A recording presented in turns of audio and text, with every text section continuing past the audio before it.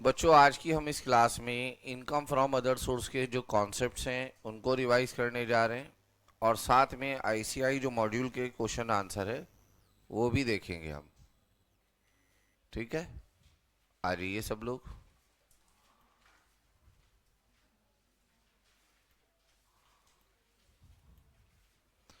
देखिए, income from other source में हर वो इनकम आती है जो बेटा चार हेड में ना आई हो और एक टैक्सेबल इनकम हो और बाकी के चार हेड में वो कवर ना हुई हो। बच्चों, वो इनकम फ्रॉम अदर सोर्स में कवर होगी। तो जो भी टैक्सेबल इनकम है और वो बाकी के चार हेड में, rest of the four heads में कवर नहीं हो रही है, वो इनकम फ्रॉम अदर सोर्स में आएगी। जब भी हम कोई हेड स्टडी करते हैं तो उसके लिए हमको तीन बातें बहुत ज़रूरी है समझना। ये मैं आपको बाकी के हेड, जो हेड के हमने रिवीजन किए हैं, सैलरी और ठीक है अदर सोर्स, ओ सॉरी पीजीबीपी, उसमें भी मैंने आप लोगों को बताया है। नंबर वन होता है चार्जिंग सेक्शन, नंबर दो डिडक्शन और नंबर तीन कंप्यूटेशन। तो चार्जिंग सेक्शन, डिडक्शन या कंप्यूटेशन, ये तीन चीज़ें ऐसी हैं जो बेटा आपको किसी भी हेड को पढ़ते समय आपको बिल्कुल क्लियर होनी चाहिए। इस हेड में सारे वही प्रोविज़न एप्लीकेबल होंगे जो आपके पीजीबीपी में आपने रिवीजन में देखे हैं। जो पीजीबीपी में एप्लीकेबल होते हैं वही, जैसे कहीं पर आ जाए डेप्रिसिएशन कैलकुलेट करने का तरीका क्या होगा, तो depreciation income from other source में सेम उसी मेथड से कंप्यूट की जाएगी जैसा आप पीजीबीपी में करते हैं। क्वेश्चन आता है कि क्या वो 10,000 वाली जो कैश की लिमिट है वो एप्लीकेबल होगी, ट्रांसपोर्टर के लिए 35,000 वाली, सब कुछ एप्लीकेबल होगा। इवन जो आपने पीजीबीपी में पढ़ा है कि अगर टैक्स काटना है और काट कर जमा नहीं करते या फिर काटते हैं या काटते ही नहीं है, TDS deductible but not deducted और TDS deducted but not deposited, अगर एसएससी ऐसा करने में फेल होता है तो आप जानते हैं उसकी डिडक्शन पीजीबीपी में डिसअलाउ हो जाती है। सब कुछ डिट्टो वो ही लॉ है। इनकम फ्रॉम अदर सोर्स में और पीजीबीपी का जो मेन डिफरेंस है वो है उसका चार्जिंग सेक्शन। कुछ इनकम ऐसी हैं जो specially income from other source में ही आएंगी, किसी और हेड में नहीं आएंगी। तो हम बिना टाइम वेस्ट किए वहीं पे जा रहे हैं। देखिए, इसका चार्जिंग सेक्शन है 56, जो आपको ये बताएगा कि इनकम फ्रॉम अदर सोर्स में कौन सी इनकम आएगी। तो एक बात तो मैंने अभी आप लोगों को बताई कि कोई इनकम अगर बाकी के चार हेड में, rest of the four heads में कवर नहीं हो रही है तो वो इनकम फॉल करेगी इनकम फ्रॉम अदर सोर्स में, जैसे कि interest on saving bank account, interest on fix deposit, interest on national saving certificate. ये आप पूरे कोर्स में बहुत सारे इंटरेस्ट ये सुन चुके हैं। ये इनकम आपकी इनकम फ्रॉम अदर सोर्स है as per section number 56 subsection 1। But charging section में दो सबसेक्शन हैं, 56 सबसेक्शन 1 और 56 सबसेक्शन 2। और दूसरा जो सेक्शन है स्पेसिफिक चार्जिंग सेक्शन है। इस सेक्शन के अंदर जो भी इनकम आएगी वो इनकम चाहे कुछ भी हो जाए वो इनकम फ्रॉम अदर सोर्स में ही कवर होगी। इसका फर्स्ट पार्ट है 56 सबसेक्शन 2 का डिविडेंड इनकम। अगर आपको इंडियन कंपनी से इंडिया में या इंडिया के बाहर कहीं पर भी डिविडेंड मिले, नंबर दो फॉरेन कंपनी से इंडिया में डिविडेंड मिले, नंबर तीन कोऑपरेटिव सोसाइटी से मिलने वाला डिविडेंड, और डीम डिविडेंड, जितने भी डीम डिविडेंड हैं 222 clause A, clause B, clause C, clause D, clause E, और एक नया क्लॉज है क्लॉज एफ। किसी भी क्लॉज में आपको डीम डिविडेंड इंडियन कंपनी से इंडिया या आउटसाइड इंडिया डिविडेंड मिले। फॉरेन कंपनी के लिए ज़रूरी है कि डिविडेंड इंडिया में मिले। अगर foreign company dividend outside distribute करती है आउटसाइड इंडिया, तो देखिए आरओआर को तो टैक्स देना पड़ेगा क्योंकि वो ग्लोबल इनकम पर टैक्स देता है। आरएनओआर और एनआरआई को, जो foreign company outside India tax देता है डिविडेंड, उस पर टैक्स नहीं देना। तो किसी भी प्रकार का कोई भी डिविडेंड अगर आपके लिए टैक्सेबल है तो वो इनकम फ्रॉम अदर सोर्स का पार्ट होगा। डिविडेंड को शेयर होल्डर के हैंड में हम टैक्सेबल करते हैं नॉर्मल रेट से, और उस पर टैक्स लगता है जी नॉर्मल रेट से। नॉर्मल रेट का मतलब होता है स्लैब रेट। इंडिविजुअल एचयूएफ के लिए बात करें, कंपनी के लिए बात करें तो फ्लैट रेट। इसको ज़्यादा देखना है स्लैब रेट फ्लैट रेट क्या होते हैं तो आप बेसिक की रिवीजन क्लास देखिए, हम सारे रिवीजन कराते हुए आ रहे हैं आपको।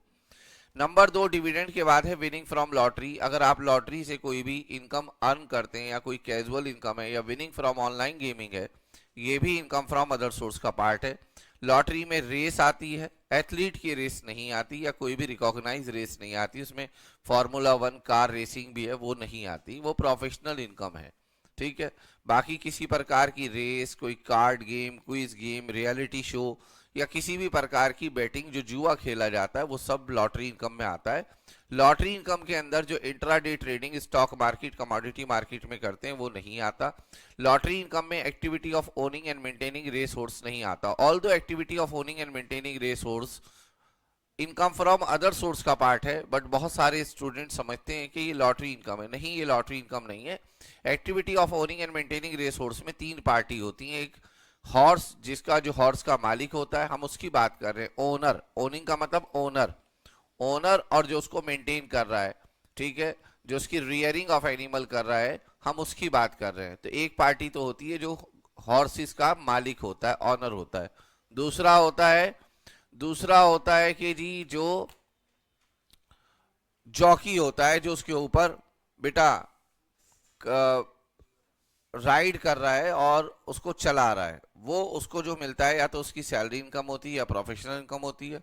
और तीसरा होता है आपका जो वहां पर बैठकर, पवेलियन में बैठकर उस पर दांव खेलता है, सट्टा खेलता है, बेटा उसके लिए इनकम लॉटरी इनकम है, जो सट्टा खेल रहा है। जो जॉकी है, जो उसको राइड कर रहा है, बेटा वो उसकी या तो अगर वो परमानेंट है तो सैलरी इनकम है, अदरवाइज प्रोफेशनल इनकम है।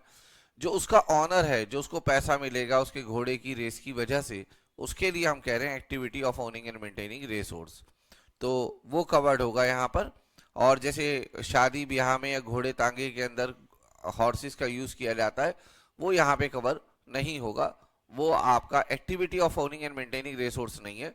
हाँ, कोई घोड़ा तांगा चलाता है, वो उसको अपनी पीजीबीपी की इनकम भी ले सकता है, इनकम फ्रॉम अदर सोर्स भी ले सकता है। कोई शादियों में किसी क्या रथ में या कार्ट में, बग्घी में घोड़ा या घोड़ी का इस्तेमाल किया जाता है, बेटा वो भी उसको पीजीबीपी की इनकम या इनकम फ्रॉम अदर सोर्स ले सकता है। But income from other source के अंदर जो ये वर्ड लिखा हुआ है activity of owning and maintaining resource, ये हर किसी के लिए नहीं है। ये उसी के लिए है जो एक्टिविटी करता हो ओनिंग की और मेंटेनिंग की, रेस हॉर्स के लिए। ठीक है, वो घोड़े जो रेस में पार्टिसिपेट करते हो, हम सिर्फ उनकी बात कर रहे हैं।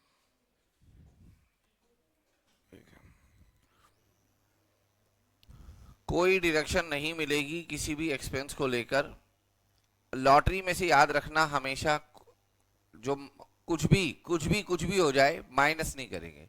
लॉटरी का जो भी अमाउंट है वो पूरा का पूरा टैक्सेबल होगा, उसमें से कुछ भी माइनस नहीं कर सकते। लॉटरी इनकम में से कुछ भी सेट ऑफ नहीं कर सकते, कोई लॉस सेट ऑफ नहीं कर सकते लॉटरी इनकम से। सर लॉटरी का लॉस कर सकते हैं? नहीं, लॉटरी की इनकम से ना अदर लॉस ना लॉटरी का लॉस। वैसे लॉटरी में लॉस नहीं होता, क्योंकि जहां पे डिडक्शन नहीं मिलती वहां पे लॉस नहीं होता। ठीक है, दो चीजों का लॉस याद रखिएगा, नहीं होता। एक सैलरी हेड में लॉस नहीं होता, और एक अदर सोर्स में लॉटरी के अंदर लॉस नहीं होता। ठीक है ना। अदर इनकम, क्या अदर इनकम को अदर लॉसेस से सेट ऑफ कर सकते? तो हम सेट ऑफ के चैप्टर में बता चुके हैं, सेक्शन 70 और 71 को ध्यान रखिए। बट लॉटरी लॉस माइनस नहीं होता, अगर किसी को लॉस होता भी है तो भी माइनस नहीं होगा। लॉटरी की इनकम पर 30% टैक्स लगता है। लॉटरी की इनकम में से आप एटीसी से एटीयू तक डिडक्शन नहीं ले सकते, चाहे आप नॉर्मल स्कीम से टैक्स दें, डिफॉल्ट स्कीम से। वैसे भी स्पेशल रेट वाली इनकम के अगेंस्ट, किसी भी स्पेशल रेट वाली इनकम के अगेंस्ट आप एटीसी से एटीयू तक की डिडक्शन नहीं ले सकते। इससे कोई फर्क नहीं पड़ता, इट डजेंट अफेक्ट कि आप टैक्स डिफॉल्ट स्कीम से दे रहे हैं, ऑप्शनल स्कीम से दे रहे हैं। जो बेसिक एग्जाम्पशन है ऑप्शनल स्कीम में 2.5 लाख की और डिफॉल्ट स्कीम में 4 लाख की, दोस्तों उसका बेनिफिट भी असेसी को, टैक्स पेयर को नहीं मिलेगा। उसके बाद आती है बेटा रेस हॉर्स। जो रेस हॉर्स की बात अगर हम करें तो activity of owning and maintaining race horse, race horse की जो activity of owning and maintaining है बेटा, ये लॉटरी की इनकम नहीं है, ये एक रेगुलर इनकम है। इस पर नॉर्मल रेट से टैक्स देना पड़ेगा। अगर ये किसी इंडिविजुअल के हॉर्सेस हैं तो वो अपना स्लैब रेट से टैक्स देगा। हाँ, जो एक्टिविटी ऑफ बेटिंग है, जुआ आप खेल रहे हैं, चाहे जुआ वो रेस हॉर्स पे है या कोई और प्रकार की बेटिंग है, वो आपकी लॉटरी इनकम है, उस पर 30% के रेट से अंडर सेक्शन 115 बी भी टैक्स देना पड़ेगा। 9th पॉइंट में हमने बताया है कि अगर activity of owning and maintaining race horse का लॉस हो तो वो सिर्फ activity of owning and maintaining race horse की इनकम से सेट ऑफ हो सकता है, बाकी से सेट ऑफ नहीं हो सकता। लॉटरी का लॉस होता नहीं है, होता भी है तो किसी से सेट ऑफ नहीं होगा। अदर लॉस, अदर इनकम से भी सेट ऑफ हो सकते हैं, और activity of owning and maintaining race horse से भी सेट ऑफ हो सकते हैं, लॉटरी इनकम से सेट ऑफ नहीं हो सकते। क्या लॉटरी इनकम से कुछ डिडक्ट हो सकता है? नहीं, लॉटरी की इनकम पर हमेशा आपको 30% टैक्स देना है, चाहे आपकी इनकम जो मर्जी हो। यहाँ हमने एक एग्जाम्पल दिया है कि आपने एबीसी में 5 करोड़ का इनाम जीता, केबीसी ने उस पर 30% आपका टैक्स काट लिया 194B में, और आपको 3.5 करोड़ रुपए नेट पेमेंट कर दिया। जो रेसिपेंट है मिस्टर ए, वो अपनी income 3.5 crore plus 1.5 crore gross up करके दिखाएगा, नेट ऑफ टैक्स नहीं दिखाएगा। 5 करोड़ रुपए उसकी इनकम मानी जाएगी, 5 करोड़ पर वो 30% की रेट से टैक्स निकालेगा, सरचार्ज लगाएगा, टोटल उस पर हेल्थ एंड एजुकेशन सेस, और जो उसका टीडीएस केबीसी वालों ने काटा था 1.5 करोड़ का, वो माइनस कर लेगा, बैलेंस टैक्स सरकार को पे कर देगा। ये दूसरी इनकम थी जो इनकम फ्रॉम अदर सोर्स में आती है। तीसरा, income from letting out of plant and machinery और फर्नीचर। अगर प्लांट एंड मशीनरी और फर्नीचर को किराए पर देना आपकी रेगुलर सोर्स ऑफ इनकम है तो वो इनकम पीजीबीपी में आएगी। अगर इरेगुलर सोर्स ऑफ इनकम है तो वो आपकी अदर सोर्स में आएगी। बट मैं आपको एक प्रैक्टिकल बात बता रहा हूँ, ये एग्जाम के लिए नहीं बता रहा हूँ। अगर आप प्लांट एंड मशीनरी और फर्नीचर का बिजनेस करते हैं तो मैं आपको ऑप्शन है, मैं लिख कर दे रहा हूँ ये बात, ये ऑप्शन है, आप चाहे प्रैक्टिकल लाइफ में उस इनकम को पीजीबीपी में ले लें या अदर सोर्स में। बट आईसीआई जब भी कहता है रेगुलर सोर्स है तो आप पीजीबीपी में लें, और जब वो कहे रेगुलर सोर्स है तो प्लांट एंड मशीनरी और फर्नीचर को किराए पर देकर जो इनकम आपको अर्न होती है वो बेटा फिर आपकी इनकम आएगी अदर सोर्स में। इस केस में अगर आप अदर सोर्स में इनकम लेते हैं प्लांट एंड मशीनरी और फर्नीचर की, तो क्वेश्चन अराइज होता है कि उसकी डेप्रिसिएशन कैलकुलेट कैसे करेंगे, रिपेयर कैसे कैलकुलेट करेंगे, मेंटेनेंस बिल्कुल वैसे ही जैसे आपने पीजीबीपी में सीखा है। दूसरी जो चीज किराए पर दी जाती है वो हाउस प्रॉपर्टी और लैंड दी जाती है। अगर आप हाउस प्रॉपर्टी और लैंड के ऑनर हैं या डीम्ड ऑनर हैं तो फिर उससे होने वाली इनकम आपकी हाउस प्रॉपर्टी हेड में आएगी। बट अगर आप ऑनर नहीं है, ना डीम्ड ऑनर हैं, आप उसके किराएदार हैं, लीज पे प्रॉपर्टी ली है आपने शॉर्ट टर्म के लिए, अगर आप ऑनर नहीं है, डीम्ड ऑनर नहीं है, तो फिर अगर आप किसी को प्रॉपर्टी लेट आउट करते हैं तो पहली बात तो उसको लेट आउट नहीं कहते, उसको सब लेटिंग ऑफ हाउस प्रॉपर्टी कहते हैं। और उस केस में जो आपकी इनकम होगी वो अदर सोर्स में आएगी। असेसी, मैंने यहाँ पे ये प्रैक्टिकल लाइफ के लिए लिखा है कि असेसी रेंटल इनकम जो प्लांट एंड मशीनरी और फर्नीचर की है वो चाहे पीजीबीपी में दिखा दे या अदर सोर्स में, और मेथड ऑफ डेप्रिसिएशन कंप्यूट करने का तरीका वही रहेगा जो आपने पीजीबीपी में सीखा है। ये हो गई 3 इनकम। चौथी इनकम है इंटरेस्ट ऑन सिक्योरिटी। डिबेंचर या बॉन्ड अगर आपके नोटिफाइड हैं तो उससे होने मिलने वाला इंटरेस्ट एग्जेम्प्ट होता है, अगर वो सेक्शन नंबर 10 सबसेक्शन 15 में इंटरेस्ट मिलता है तो। बाकी जो नोटिफाइड नहीं है, अदर देन नोटिफाइड है, उन पर मिलने वाला इंटरेस्ट सारा का सारा टैक्सेबल है under the head other source. Interest on investment, देखिए ये इसका पॉइंट नहीं था, ये हमने अपनी तरफ से बनाया है पॉइंट। इन्वेस्टमेंट दो तरीके से होती है, या तो आप सिक्योरिटी में पैसा लगाएंगे या फिर कहीं डिपॉजिट करेंगे। अगर सिक्योरिटी में, नोटिफाइड सिक्योरिटी में लगाएंगे तो मिलने वाला इंटरेस्ट एग्जेम्प्ट है, अदर देन नोटिफाइड सिक्योरिटी में पैसा लगाएंगे तो पैसा टैक्सेबल है। अगर आप डिपॉजिट करते हैं बैंक में, एनपीएस में, एफडी में, एनएससी में, लोन किसी को देते हैं या पोस्ट ऑफिस में या पब्लिक प्रोविडेंट फंड में, तो मिलने वाला इंटरेस्ट टैक्सेबल है। मगर इसमें से जो पोस्ट ऑफिस का इंटरेस्ट है वो 3,500 रुपए तक एग्जिम्ट है, और पब्लिक प्रोविडेंट फंड का जो इंटरेस्ट है अंडर सेक्शन 10 सबसेक्शन 11 पूरा का पूरा एग्जिम्ट है। बाकी टैक्सेबल है under the head other source. और अगर आपका पोस्ट ऑफिस में ज्वाइंट अकाउंट है हस्बैंड वाइफ का, तो फिर लिमिट 3,500 की जगह 7,000 पर एनम है।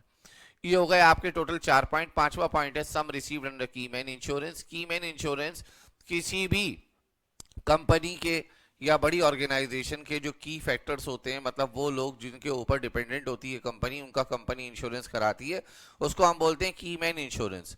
अगर उस कंपनी ने इंश्योरेंस का प्रीमियम देते समय उसकी डिडक्शन पीजीबीपी में ली है तो मेच्योरिटी पे मिलने वाला पैसा पीजीबीपी में टैक्सेबल होगा। बट अगर पीजीबीपी में डिडक्शन नहीं ली है तो मेच्योरिटी पर मिलने वाला पैसा इनकम फ्रॉम अदर सोर्स में टैक्सेबल होगा। कुछ भी स्पेसिफाई ना हो तो आपकी अजम्पशन है चाहे पीजीबीपी में ले लो इनकम या इनकम फ्रॉम अदर सोर्स में।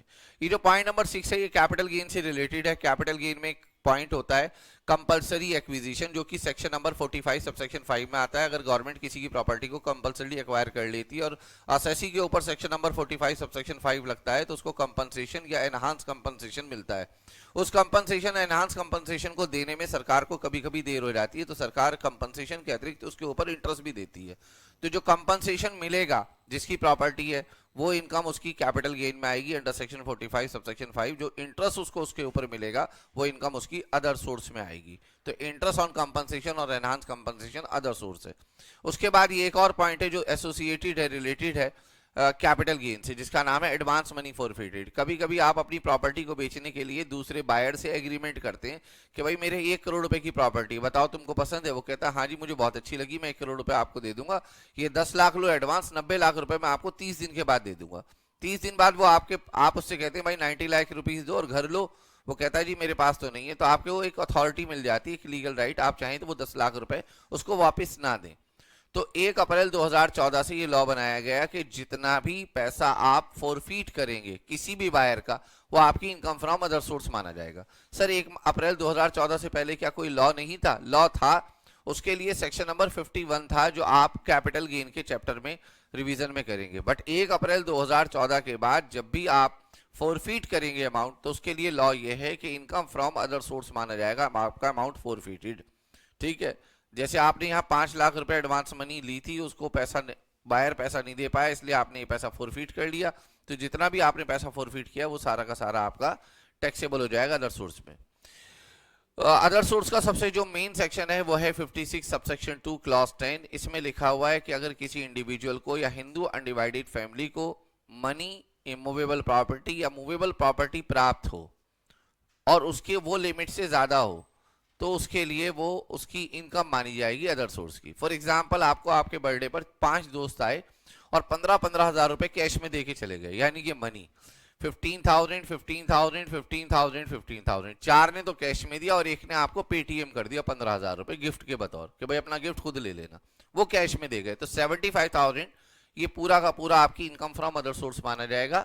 ठीक है, अगर ये अमाउंट 50,000 से ज्यादा है, एग्रीगेट अमाउंट किसी इंडिविजुअल एचयूएफ को पूरे वर्ष में जितने भी लोगों से एग्रीगेट अमाउंट मिले, अगर वो 50,000 से ज्यादा मिल रहा है तो वो उसकी इनकम फ्रॉम अदर सोर्स माने जाएगा।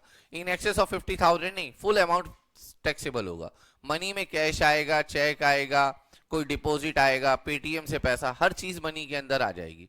दूसरा है इमूवेबल प्रॉपर्टी। इमूवेबल प्रॉपर्टी में लैंड आती है, बिल्डिंग आती है और दोनों चीजें आती है। अगर आपको किसी से मूवेबल प्रॉपर्टी मिल गई गिफ्ट में, सपोज 2 लाख रुपए की, ये टैक्सेबल है। ठीक है, अगर कोई भी मूवेबल प्रॉपर्टी आपको जिसकी स्टैंप ड्यूटी वैल्यू 50,000 से ज्यादा है as a gift free of cost मिल जाती है, तो जो भी उसकी स्टैंप ड्यूटी वैल्यू होगी वो आपके हैंड में टैक्सेबल होगी। मगर कभी कभी क्या होता है कि आपको फ्री ऑफ कॉस्ट नहीं मिलती, आप थोड़ा पैसा दे देते हैं उसके बदले। फॉर एग्जाम्पल 10 लाख की कोई एसेट है, आपने उसके बदले बायर को 8 लाख रुपए दे दिए जिसने आपको वो दिया है, कहने लगे 2 लाख कोई बात नहीं, 2 लाख मत देना। अब ये जो 2 लाख रुपए का डिफरेंस है ये इनएडिक्वेट कंसिडरेशन कहलाएगा, और अब हमको चेक करना है कि 2 लाख रुपए टैक्सेबल होगा या नहीं। तो उसके लिए आपको ये चेक करना है, इनएडिक्वेट कंसिडरेशन के लिए सबसे पहले डिफरेंस देखना है। हमारे एग्जांपल में स्टैंप ड्यूटी वैल्यू है 10 लाख, एक्चुअल कंसिडरेशन उसने पे किया 8 लाख, दोनों का डिफरेंस है 2 लाख रुपए। अगर ये डिफरेंस 50,000 रुपए और एक्चुअल कंसिडरेशन के 10% से के हायर से ज्यादा है, जैसे एक्चुअल कंसिडरेशन 8 लाख था, उसका 10% बनता है 80,000 और 50,000, विच एवर इज हायर 80,000, क्या डिफरेंस उससे भी ज्यादा है? हाँ, 2 लाख उससे भी ज्यादा है, तो वो टैक्सेबल होगा। सपोज करिए यहाँ डिफरेंस होता 40,000 का, तो फिर टैक्सेबल नहीं होता। क्यों? अगर डिफरेंस हायर से ज्यादा नहीं है तो फिर वो इनएडिक्वेट कंसिडरेशन नहीं माना जाएगा, टैक्सेबल नहीं होगा। बट अगर डिफरेंस हायर से, दो चीजों के हायर से, 10% ऑफ एक्चुअल कंसिडरेशन और 50,000, ये 50,000 फिक्स है, इन दोनों में जो हायर होगा अगर डिफरेंस उससे ज्यादा है तो अमाउंट टैक्सेबल है, डिफरेंस का अमाउंट, अदरवाइज टैक्सेबल नहीं है। दूसरी तरफ आता है, तीसरी तरफ सॉरी, मूवेबल प्रॉपर्टी। अगर कोई movable property free of cost आपको मिल जाती है तो टैक्सेबल वैल्यू ठीक है उसकी नील हो सकती है अगर उसकी फेयर मार्केट वैल्यू 50,000 रुपए तक है। बट अगर 50,000 रुपए से ज्यादा है तो फिर वो अमाउंट टैक्सेबल होगा। अच्छा सर, अगर इनएडिक्वेट कंसिडरेशन के बदले मिली, हमने पैसा दिया है, तो हम उसकी फेयर मार्केट वैल्यू देखेंगे और जो आपने कंसिडरेशन पे किया वो देखेंगे, और जो दोनों का डिफरेंस आएगा अगर वो डिफरेंस 50,000 रुपए से ज्यादा है। फॉर एग्जाम्पल, एक व्यक्ति ने आपको एक डायमंड रिंग दे दी 10 लाख रुपए की फ्री ऑफ कॉस्ट, 50,000 से ज्यादा है, पूरा 10 लाख रुपए आपकी इनकम फ्रॉम अदर सोर्स। अच्छा, अगर उसने वो 10 लाख रुपए की डायमंड रिंग आपको 9 लाख रुपीस में दी है, तो यहाँ इनएडिक्वेट कंसिडरेशन है या नहीं उसके लिए देखिए, जो डिफरेंस है वो 1 लाख का है और 1 लाख अमाउंट 50,000 से ज्यादा होता है। ठीक है, ये जो हायर वाला कॉन्सेप्ट देखना है ये सिर्फ इमूवेबल एसेट्स के लिए देखना और किसी के लिए नहीं देखना है, इस बात का ख्याल रखें। ओके, अच्छा सर, स्टैंप ड्यूटी वैल्यू जो लेनी है वो कौन से दिन की लेनी है? तो देखिए, इसके लिए मैंने आपको पीजीबीपी के रिवीजन में भी और आगे कैपिटल गेन में सेक्शन 50C में भी बताऊंगा। पीजीबीपी के सेक्शन में था एक 43CA, 3 सेक्शन ऐसे हैं जो आपस में लिंक कर सकते हैं, एक 43CA, एक 50C और एक 56 सबसेक्शन 2 क्लॉज 10 का ये इमूवेबल प्रॉपर्टी वाला पॉइंट।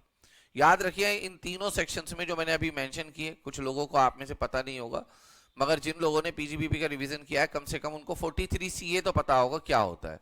जिसमें कन्वर्जन करते हैं हम किसी स्टॉक इन ट्रेड का कैपिटल एसेट्स में, तो जब लगता है 43CA, तो वहां पर सब जगह पर स्टैम्प ड्यूटी वैल्यू का पॉइंट आता है। याद रखिएगा, जब भी किसी केस में आपको स्टैम्प ड्यूटी वैल्यू चेक करनी हो किसी टैक्स पेयर की, तो क्वेश्चन उठता है स्टैम्प ड्यूटी वैल्यू तो पूरे वर्ष बार बार चेंज होती रहती है, कौन सी डेट की देखनी है?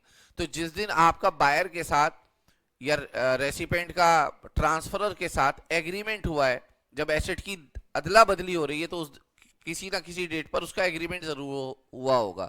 तो डेट ऑफ एग्रीमेंट की आप स्टैम्प ड्यूटी वैल्यू लेंगे हमेशा, मगर वो तभी लेंगे जब रेसिपेंट ने पेमेंट की हो, और पेमेंट भले ही पेमेंट 1 करोड़ रुपए की हो उसका कंसिडरेशन, मगर रेसिपेंट ने चाहे उसमें से 50,000 रुपए दिए हो आउट ऑफ 1 करोड़ रुपीज, बस वो अकाउंट पे ही चेक से या किसी इलेक्ट्रॉनिक मोड से अगर उसने दे दिए, तो जो डेट ऑफ एग्रीमेंट हो उस दिन की स्टैम्प ड्यूटी वैल्यू ली जाएगी। अदरवाइज स्टैम्प ड्यूटी वैल्यू उस डेट की ली जाएगी जिस दिन रजिस्ट्रेशन उसके नाम पर हुआ है, रेसिपेंट के नाम पर एसेट्स का। इसके बाद आता है जी मूवेबल एसेट्स में मात्र ये 9 एसेट्स आती हैं। ज्वेलरी आती है हर तरह के प्रीशियस और सेमी प्रीशियस मेटल की, जैसे गोल्ड की, सिल्वर की और डायमंड की, पर्ल्स की।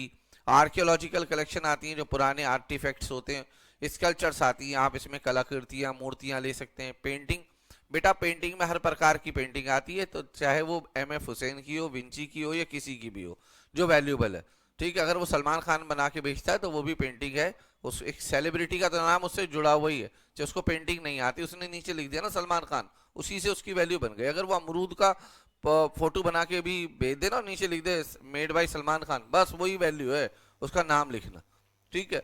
और ड्राइंग, ड्राइंग कहते हैं बेटा आप ब्लू प्रिंट को, नक्शों को। बहुत सारे बच्चे कहते हैं पेंटिंग पेंट से बनती है, ड्राइंग पेंसिल से बनती है, ऐसी बकवास बातें नहीं करेंगे बेटा हम। ड्राइंग जो कहते हैं वो ब्लू प्रिंट को बोलते हैं, नक्शों को बोलते हैं।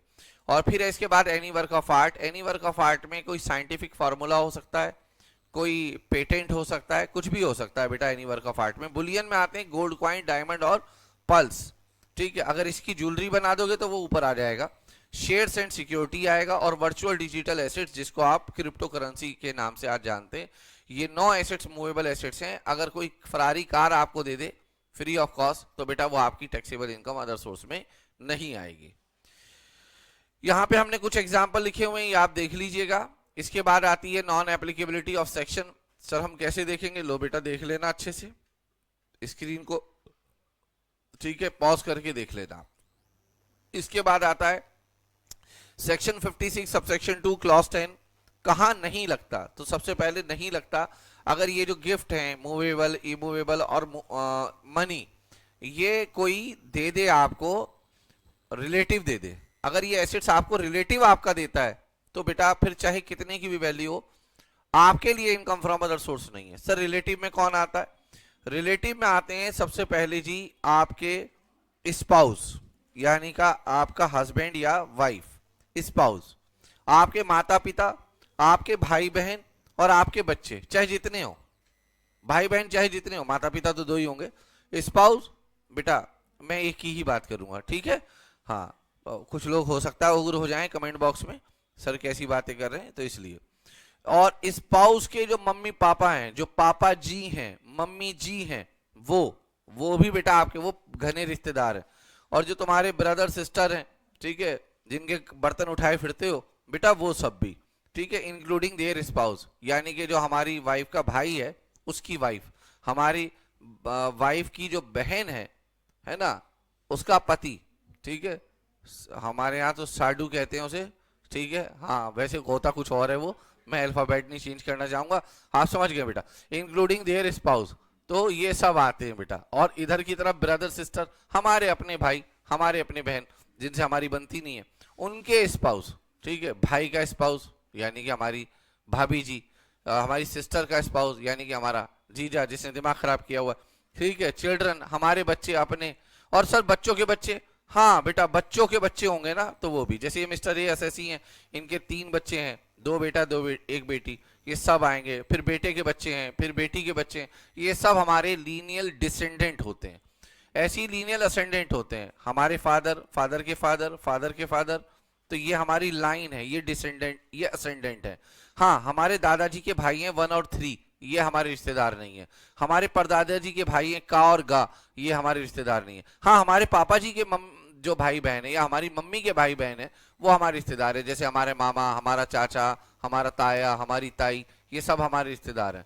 मगर जो ताए के बच्चे हैं, चाचा के बच्चे हैं, मामा के बच्चे हैं, मौसी के बच्चे हैं और हमारी बुआ के बच्चे हैं जिनको हम कजन कहते हैं, ठीक है, जितने भी हैं ये हमारे रिश्तेदार नहीं है, ठीक है। कजन रिश्तेदार नहीं है और ना ही निबलिंग रिश्तेदार से।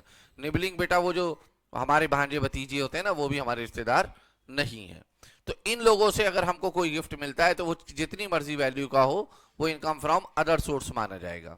नंबर 2, हमको मिल जाए मैरिज पर। मैरिज में बहुत लोगों को गिफ्ट मिलता है, मगर एग्जेम्पशन तभी मिलेगी आपको जब वो दूल्हा या दुल्हन को गिफ्ट मिला हो। अगर ब्राइड के या ग्रूम के किसी पेरेंट्स को या सगे संबंधी को कोई गिफ्ट मिला है तो वो एग्जेम्प्ट नहीं है, वो पूरा इनकम फ्रॉम अदर सोर्स है, ठीक है। और सर उस पर लॉटरी माना जाएगा? नहीं, बिल्कुल वो लॉटरी माना जाना चाहिए और उस पर 30% टैक्स लगना चाहिए।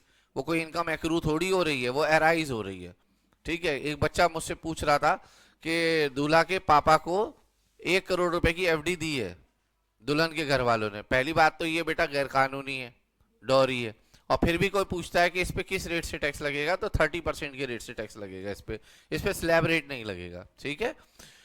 किसी विल में या इनहेरिटेंस में अगर आपको कोई एसेट मिलती है, अच्छा विल और इनहेरिटेंस का जरूरी नहीं कि किसी आपके सगे संबंधी से ही विल में या इनहेरिटेंस में प्रॉपर्टी आपको मिले। कोई दूर का है, रिश्तेदार नहीं है, दोस्त है, बेटा उससे भी मिलने वाली एसेट जो होती है वो क्या कहलाती है? इनकम फ्रॉम अदर सोर्स नहीं कहलाएगी। इन कंटेम्पलेशन ऑफ डेथ और पेयर और डोनर, अगर कोई व्यक्ति उसको लग रहा है कि मैं बचूंगा नहीं और इस प्रॉपर्टी का मालिक कौन होगा, और वो लिख के दे देता है कि ये प्रॉपर्टी अब से, ठीक है, जब तक मैं हूं मेरी है, उसके बाद आपकी है, वो इनकम फ्रॉम अदर सोर्स में आएगी। किसी म्युनिसिपैलिटी से, ट्रस्ट से, इससे पैसा मिले, वो भी बेटा आपका इनकम फ्रॉम अदर सोर्स में नहीं आएगा। अच्छा मैंने कहीं बोल दिया हो नॉन एप्लीकेबिलिटी में इनकम फ्रॉम अदर सोर्स में आएगा तो जबान का फिसलना समझिएगा उसको, ठीक है। और बेटा ये जी और एच जो पॉइंट दिखाई दे रहे हैं, मैं इसमें सिंपल भाषा में बता रहा हूं। कोविड-19 में बहुत लोगों को, बहुत सारी ट्रस्ट ने और एनजीओ ने पैसा दिया था जब वो बीमार पड़ गए थे बीमारी के लिए, तो वो पैसा एग्जेम्प्ट है अगर बीमारी के इलाज के लिए दिया गया है। मगर कभी कभी क्या होता था, बीमारी हुई और व्यक्ति की डेथ हो गई, अब उसके एम्प्लॉयर घर पर आए और उनके परिवार वालों को पैसा दे गए, तो जितना भी पैसा दे के जाएंगे वो एग्जेम्प्ट है। कोई ट्रस्ट आई, एनजीओ आई, वो भी पैसा दे गई, बट अगर कोई ट्रस्ट या एनजीओ आएगी तो 10 लाख रुपए तक की एग्जेम्पशन है, उसके ऊपर एग्जेम्पशन नहीं है, सब्जेक्ट टू कंडीशन। इसके अलावा एक जगह और है जहां 56 सबसेक्शन 2 क्लॉज 10 नहीं लगता, वो है जब किसी इंडिविजुअल को किसी से कोई एसेट मिले मगर एज स्टॉक इन ट्रेड मिले। सर मतलब बेटा मैं ना ज्वेलरी खरीदता हूं, मैं ज्वेलरी का व्यापार करता हूं, मैं एक ज्वेलर हूं, मैं ज्वेलरी खरीदता हूं। एक व्यक्ति आया कि जी बाबूजी मुझे पैसे की बड़ी जरूरत है, ये 5 लाख का सोना है, ये आप ले लो, ठीक है। मैं एक नंबर का लालची आदमी हूं, मैंने उसकी जरूरत का फायदा उठाया, मैंने कहा 3 लाख रुपए दूंगा, तो बताइए बेटा 2 लाख के डिफरेंस से मैंने चीज खरीद ली। लॉ कहता है कि इनएडिक्वेट कंसीडरेशन है क्योंकि डिफरेंस 50,000 से ज्यादा है, मगर वही लॉ आगे बढ़कर कहता है कि जो शावेज आलम है इसको स्टॉक इन ट्रेड की तरह परचेज कर रहा है। तो जहां पर भी आप मूवेबल एसेट्स को या इमूवेबल एसेट्स को as stock in trade purchase करेंगे, फिर डिफरेंस चाहे जितना मर्जी हो आपके लिए वो टैक्सेबल नहीं होगा, फिर तो वो परचेज वैल्यू है और वो रेदर आपकी इनकम फ्रॉम अदर सोर्स में आएगी नहीं, वो इनकम कहां चली जाएगी? पीजीबीपी में। ये था जी आपका 56 सबसेक्शन 2 क्लॉज 10। उसके बाद आता है 56 सबसेक्शन 2 क्लॉज VIIB। यहां पे मैं लॉजिक क्लियर नहीं कर रहा हूं, सिर्फ रिवीजन करा रहा हूं, ठीक है। अगर कभी भी कोई प्राइवेट लिमिटेड कंपनी, जिसको हम क्लोजली हेल्ड कंपनी कहते हैं, वो अपने शेयर्स को इश्यू करती है, उसका इश्यू प्राइस उनके फेयर मार्केट वैल्यू से ज्यादा है, तो जितना भी ज्यादा होगा वो उस प्राइवेट कंपनी की इनकम मानी जाएगी। इस कंपनी की फेस वैल्यू है एक शेयर की 10 रुपए, फेयर मार्केट वैल्यू है कंपनी की 80 रुपीज पर शेयर, मगर कंपनी 150 रुपए में एक शेयर इशू करती है इन excess of fair market value, 70 rupees का डिफरेंस है। 70 इंटू 10,000 शेयर इशू करिए, 7 लाख रुपए आएगा। इस 7 लाख रुपए इस ए प्राइवेट लिमिटेड की इनकम मानी जाएगी। उसके बाद आता है डिविडेंड। ये एक नया क्लॉज था जो 1 अक्टूबर 2024 को लॉ में एड ऑन किया गया। 222 क्लॉज F है, ये भी डिविडेंड। इसके बारे में लिखा हुआ है कि ये डिविडेंड कब मिलता है? जब बायबैक ऑफ शेयर्स होता है। बायबैक के लिए आप कैपिटल गेन का रिवीजन देखिएगा। बायबैक ऑफ शेयर्स में जब जो शेयर होल्डर है वो कंपनी को अपने शेयर्स ट्रांसफर करता है तो उसके लिए वो डिविडेंड इनकम मानी जाएगी अंडर सेक्शन 222 क्लॉज F। उस पर किस रेट से टैक्स लगता है, कैसे लगता है, ये सब बात मैं आपको डिटेल में कैपिटल गेन के चैप्टर में बताऊंगा।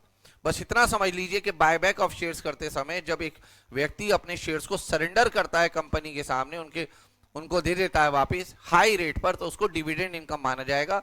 और याद रखिएगा, इस डिविडेंड इनकम में से किसी प्रकार की कोई डिडक्शन नहीं मिलेगी। हाँ, ऑल्दो इसके ऊपर नॉर्मल रेट से टैक्स दिया जाएगा, बट डिडक्शन नहीं मिलेगी इस पर किसी प्रकार की। ये था हमारा सेक्शन नंबर 56। अभी हम देखने जा रहे हैं 57, कहां कहां हमको डिडक्शन मिलती है।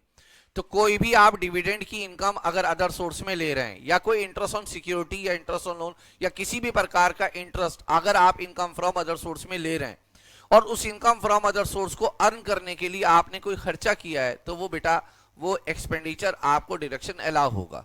मगर वो सारी कंडीशन जो आपने पीजीबीपी में पढ़ी है कि कैश में 10,000 से ज्यादा नहीं होना चाहिए, टीडीएस काटा या नहीं काटा, वो सारे लॉ आपके ऊपर एप्लीकेबल होंगे, उनका ध्यान रखना है। हमने यहाँ एक एग्जाम्पल दिया कि एक व्यक्ति एक्स, उसने कुछ खर्चे किए हैं, 2,000 की कमीशन दी है ताकि वो फंड्स अरेंज कर सके और एक कंपनी में शेयर खरीद सके, और कंपनी में शेयर खरीद कर उसने 30,000 का डिविडेंड कमाया। तो ये 30,000 का डिविडेंड 2,000 की कमीशन देकर आया है, तो उसकी इनकम 30,000 नहीं है, 30,000 में से 2,000 माइनस किया जाएगा, 28,000 आएगा। दूसरे केस में हमने 10,000 लोन पर इंटरेस्ट दिया है, और इसलिए दिया है कि ताकि हम एक कंपनी के डिबेंचर खरीद सकें, और डिबेंचर पर हमको इंटरेस्ट मिला है 1.5 लाख के डिबेंचर खरीदे, 10% के रेट से हमको इंटरेस्ट मिला है 15,000 रुपए का। 10,000 रुपए का हमने खुद इंटरेस्ट दिया है लोन पर, तो 5,000 रुपए हमारे लिए टैक्सेबल इनकम होगी। मगर यहाँ एक बहुत गहरा पॉइंट है जिसको आपको याद रखना है, इस बात पे ध्यान देना जो मैं बोलने जा रहा हूं। कभी भी आपकी कोई इनकम डिविडेंड की इनकम हो, याद रखना, इनकम फ्रॉम अदर सोर्स में कोई इनकम आपकी डिविडेंड आ रही हो, और उस डिविडेंड को अर्न करने के लिए आपने शेयर खरीदे होंगे, शेयर खरीदने के लिए आपने फंड्स का अरेंजमेंट किया होगा, और वो फंड्स आपने लोन पर लिए। फॉर एग्जांपल, एक कंपनी के 10 लाख रुपए के आपने शेयर खरीदे और वो लोन लिया है आपने 10% के इंटरेस्ट रेट पर। अब 10% का इंटरेस्ट रेट होता है 1 लाख रुपए का इंटरेस्ट, ठीक है, और आपको डिविडेंड मिला है at the end of the year 2 lakh. तो क्वेश्चन ये उठता है कि 2 लाख में से पूरा 1 लाख इंटरेस्ट माइनस कर सकते हैं? नहीं। तो जवाब है, अगर यहां लिखा है इफ एनी इंटरेस्ट, ये जो हमने ब्लू पेन से लिखा है, is paid then deduction is up to 20% of income. ये पॉइंट डिविडेंड के लिए। तो हमारी डिविडेंड की इनकम है 2 लाख, 2 लाख का 20% बनता है 40,000। ऑल्दो हमने इंटरेस्ट 1 लाख पे किया है, मगर हमको डिडक्शन 40,000 रुपए की मिलेगी। ये पॉइंट है, ये लास्ट ईयर इसमें ऐड किया गया था। इसके बाद जो आप पढ़ते हैं पीजीबीपी में कि एम्प्लॉयर एम्प्लॉय का पीएफ कंट्रीब्यूशन का पैसा काटता है, उसको डिडक्शन मिलती है। डिट्टो वही लॉ है जो पीजीबीपी में, इसको मैं एक्सप्लेन नहीं कर रहा हूं। हाँ, ये भी मैं बता चुका हूं तीसरा पॉइंट कि कोई प्लांट एंड मशीनरी या फर्नीचर आप किराए पर देते हैं, किराए का जो भी कमाएंगे उसको टैक्सेबल होगा, मगर इसे इनकम को कमाने के लिए आपको खर्चे भी तो करने पड़ेंगे। आप प्लांट एंड मशीनरी किसी को किराए पर देंगे, वो मशीनरी डेप्रिशिएट होगी, डेप्रिसिएशन कैसे कैलकुलेट होगा? Like PGBP. तो कोई भी एक्सपेंडिचर आप इनकर करें to earn the income of other source, उस खर्चे की आपको डिडक्शन मिलेगी। मगर वो सारी कंडीशन जो पीजीबीपी में एप्लीकेबल होती थी, वो सारी condition income from other source में भी एप्लीकेबल होगी। जैसे payment to specified person, section number 48(2), payment in excess of 10,000 to a person in a day 48(3), tax is deductible but not deducted या डिडक्टेड बट नॉट डिपोजिटेड, वो सारा law लगेगा as it is. अच्छा, एक होता है जी फैमिली पेंशन, इसको ध्यान से सुनना। अगर आप कहीं जॉब करते हैं और वहां से रिटायर होने के बाद आपको पेंशन मिलती है, तो ये पेंशन सैलरी में आएगी। इसके अलावा आपको अगर आप जैसे बैंक से पेंशन मिल रही है, सरकार से पेंशन मिल रही है, वो भी फैमिली पेंशन नहीं है, और अदर सोर्स में है, मगर वो फैमिली पेंशन नहीं है। फैमिली पेंशन क्या होती है? मिस्टर ए जॉब करते हैं एक जगह पर, रिटायर हो जाते हैं, पेंशन मिलती है, उनकी पेंशन सैलरी में आएगी, और डेथ हो जाती है, अब उनकी पेंशन उनकी वाइफ को मिलती है। ये जो वाइफ को या बच्चों को पेंशन मिल रही है, दिस इज फैमिली पेंशन। तो जो भी फैमिली पेंशन होती है वो इनकम फ्रॉम अदर सोर्स में आती है उस रेसिपेंट के हैंड में, और उस फैमिली पेंशन का 1/3 और 15,000 विच एवर इज लोअर की डिडक्शन उस रेसिपेंट को मिलती है अंडर सेक्शन 57। 15,000 की लिमिट तब है जब वो ऑप्शनल स्कीम में टैक्स दे रहा हो। अगर वो डिफॉल्ट स्कीम में टैक्स देगा तो लिमिट 15,000 की जगह 25,000 है। एक आपने अभी चार्जिंग सेक्शन में पढ़ा था, कंपनसेशन और एनहांस कंपनसेशन पर मिलने वाला इंटरेस्ट आपकी अदर सोर्स की इनकम होता है। अगर किसी को भी कंपनसेशन और एनहांस कंपनसेशन पर इंटरेस्ट मिल रहा है, कंपलसरी एक्विजिशन की कंपनसेशन पर इंटरेस्ट मिल रहा है, तो वो टैक्सेबल है अदर सोर्स में, मगर वो टोटल अमाउंट टैक्सेबल नहीं होगा, उसमें से 50% की फिक्स डिडक्शन मिलेगी, बाकी 50% टैक्सेबल होगा। सपोज आपको 1 लाख रुपए का इंटरेस्ट मिलता है ऑन कंपनसेशन, तो 1 लाख रुपए का जो इंटरेस्ट मिला है वो पूरा आपकी इनकम फ्रॉम अदर सोर्स नहीं है, उस 1 लाख में से 50% यानी कि 50,000 रुपए माइनस करेंगे, बाकी का 50,000 टैक्सेबल होगा। और आप जानते हैं जहां पे भी लिमिट फिक्स हो जाती है वहां पर हम एक्चुअल एक्सपेंडिचर को क्या कर देते हैं, इग्नोर। फॉर एग्जाम्पल, वो 1 लाख रुपए के इंटरेस्ट की रिकवरी के लिए आपने एक लॉयर को हायर किया जिसको 10,000 रुपए की वकील साहब को फीस दी आपने, वो फीस माइनस नहीं करनी है, चाहे आप 10,000 की फीस दें, 20,000 की दें, 30,000 की दें या ना दें, 1 लाख में से फिक्स डिडक्शन आपको 50,000 की मिलेगी, यानी कि अमाउंट रिसीव का 50% आपको डिडक्शन मिलेगी। इसके बाद आता है डिडक्शन नॉट अलाउड। सर ये क्या मतलब है? पीजीबीपी में आपने पढ़ा कि अगर आप कोई पर्सनल एक्सपेंडिचर करेंगे तो डिडक्शन नहीं मिलेगी, टीडीएस काटना है नहीं काटेंगे तो डिडक्शन नहीं मिलेगी, ये सारे वही लॉ हैं। पहला जैसे पर्सनल एक्सपेंस, डिडक्शन नहीं मिलेगी। इंटरेस्ट इंडिया के बाहर या सैलरी इंडिया के बाहर या किसी नॉन रेसिडेंट को दे रहे हैं और टीडीएस नहीं काटते तो डिडक्शन नहीं मिलेगी। किसी व्यक्ति को 10,000 से ज्यादा की पेमेंट एक दिन में कैश में कर रहे हैं, डिडक्शन नहीं मिलेगी। अब जैसे यहाँ 10,000 लिखा है, कोई पूछना चाहे या आपको डाउट आए कि क्या सर ट्रांसपोर्टर के लिए लिमिट यहाँ 35,000 रहेगी, बेटा 35,000 रुपए रहेगी विदाउट एनी डाउट। जैसे आपने पढ़ा वहां पर एक section 40 clause A sub clause आई है जिसमें ये लिखा हुआ था कि अगर किसी चीज पर टैक्स काटना है और आप नहीं काटते या काटकर जमा नहीं कराते तो और पेमेंट रेसिडेंट को करते हैं तो 30% डिडक्शन डिसअलाउ होगी, नॉन रेसिडेंट को करेंगे तो 100% डिडक्शन डिसअलाउ होगी। वो सारा लॉ यहाँ पर भी एप्लीकेबल है। फिर आपने पीजीबीपी में एक सेक्शन पढ़ा 41 जिसमें लिखा हुआ था रिकवरी ऑफ डिडक्शन, 41(1), 41(2), 41(3), 41(4). 41(1) था recovery of any deduction, 41 subsection 2 था पावर कंपनी के लिए, 41 सबसेक्शन 3 था sale of scientific research asset के लिए, 41 सबसेक्शन 4 था रिकवरी ऑफ बैड डेट के लिए। बेटा उसमें आपने पढ़ा कि जितनी भी वो रिकवरी होगी जिसकी डिडक्शन आपको पहले मिल चुकी है वो अमाउंट आपके लिए टैक्सेबल होगा under the head PGBP. Similarly अगर आपको अदर सोर्स में कोई डिडक्शन पहले मिल चुकी है और वो अमाउंट लेटर ऑन आपको रिकवर हो जाए तो वो आपकी टैक्सेबल इनकम होगा under the head other source. ये बात सेक्शन नंबर 59 कहता है, यानी कि पीजीबीपी का जो सेक्शन 41 है ना वही काम अदर सोर्स में सेक्शन नंबर 59 करेगा। ये था आपका चैप्टर का रिवीजन। और अब हम देखेंगे बेटा आईसीआई मॉड्यूल के क्वेश्चन आंसर। बेटा हम आईसीआई मॉड्यूल का इलस्ट्रेशन 1 देखने जा रहे हैं, ये आप सब लोग ध्यान से देखेंगे इसको।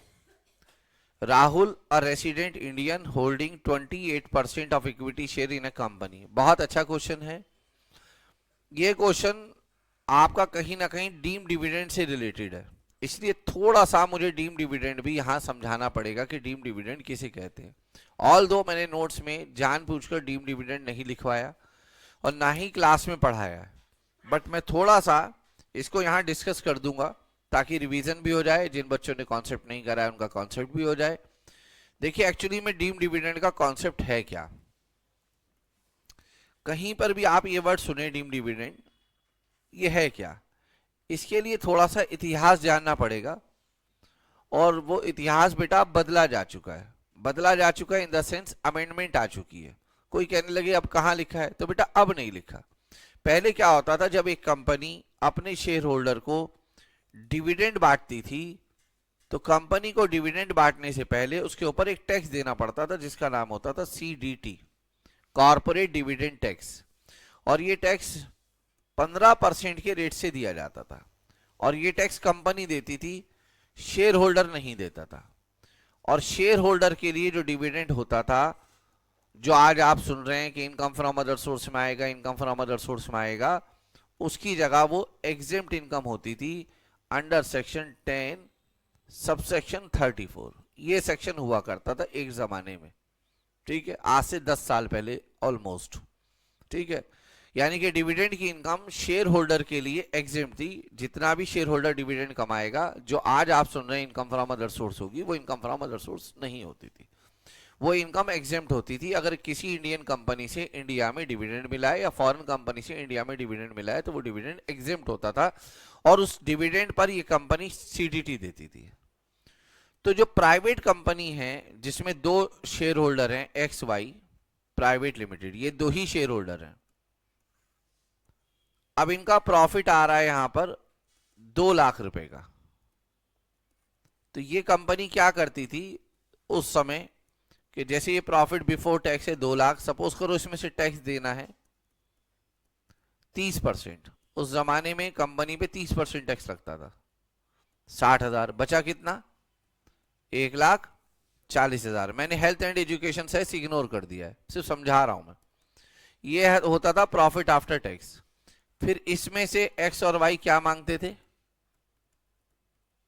डिविडेंड। सपोज करिए दोनों 70,000 का डिविडेंड ले लेते हैं, तो लॉ कहता था कि एक्स और वाई तुम डिविडेंड तो ले सकते हो, मगर इसके ऊपर 1,40,000 रुपए पर पहले कंपनी को सीडीटी देना पड़ेगा। तो सीडीटी लगता था 15%। 1,40,000 का आप 15% सीडीटी निकालिए, वो बनेगा 21,000। यानी कि 21,000 में से, यानी कि अगर 1,40,000 से 21,000 हम माइनस कर दें तो बचा कितना बेटा, 1,19,000। तो ये नहीं मिलता था डिविडेंड, डिविडेंड का अमाउंट कम हो जाता था। ठीक है, डिविडेंड का अमाउंट हो गया इसके लिए 59,500 और इसके लिए भी हो गया 59। मगर ये जो डिविडेंड मिला एक्स और वाई को, एक्स और वाई के लिए एग्जेम्प्ट होता था। अब एक्स वाई ने सोचा यार हमारा ही पैसा हम ही निकाल रहे हैं और सीडीटी दे रहे हैं, तो उन्होंने कहा कि यार हम ये डिविडेंड बांटेंगे ही नहीं। कंपनी के में प्रॉफिट है ना 1,40,000, इसे हम छेड़ेंगे ही नहीं, हमें पैसा ही तो चाहिए। कंपनी ने बनाई अपनी बैलेंस शीट और इस बैलेंस शीट में इधर लिख दिया लोन एंड एडवांस। इधर आ रहा है प्रॉफिट आफ्टर टैक्स 1,40,000। उन्होंने कहा अगर इसको टच करेंगे तो देना पड़ेगा सीडीटी, कॉर्पोरेट डिविडेंड टैक्स। इधर बैंक में पड़ा हुआ है 1,40,000 टैक्स देने के बाद। उन्होंने कहा एक काम करते हैं, हम एक जनरल एंट्री पास करते हैं कंपनी के बुक्स ऑफ अकाउंट में, लोन अकाउंट डेबिट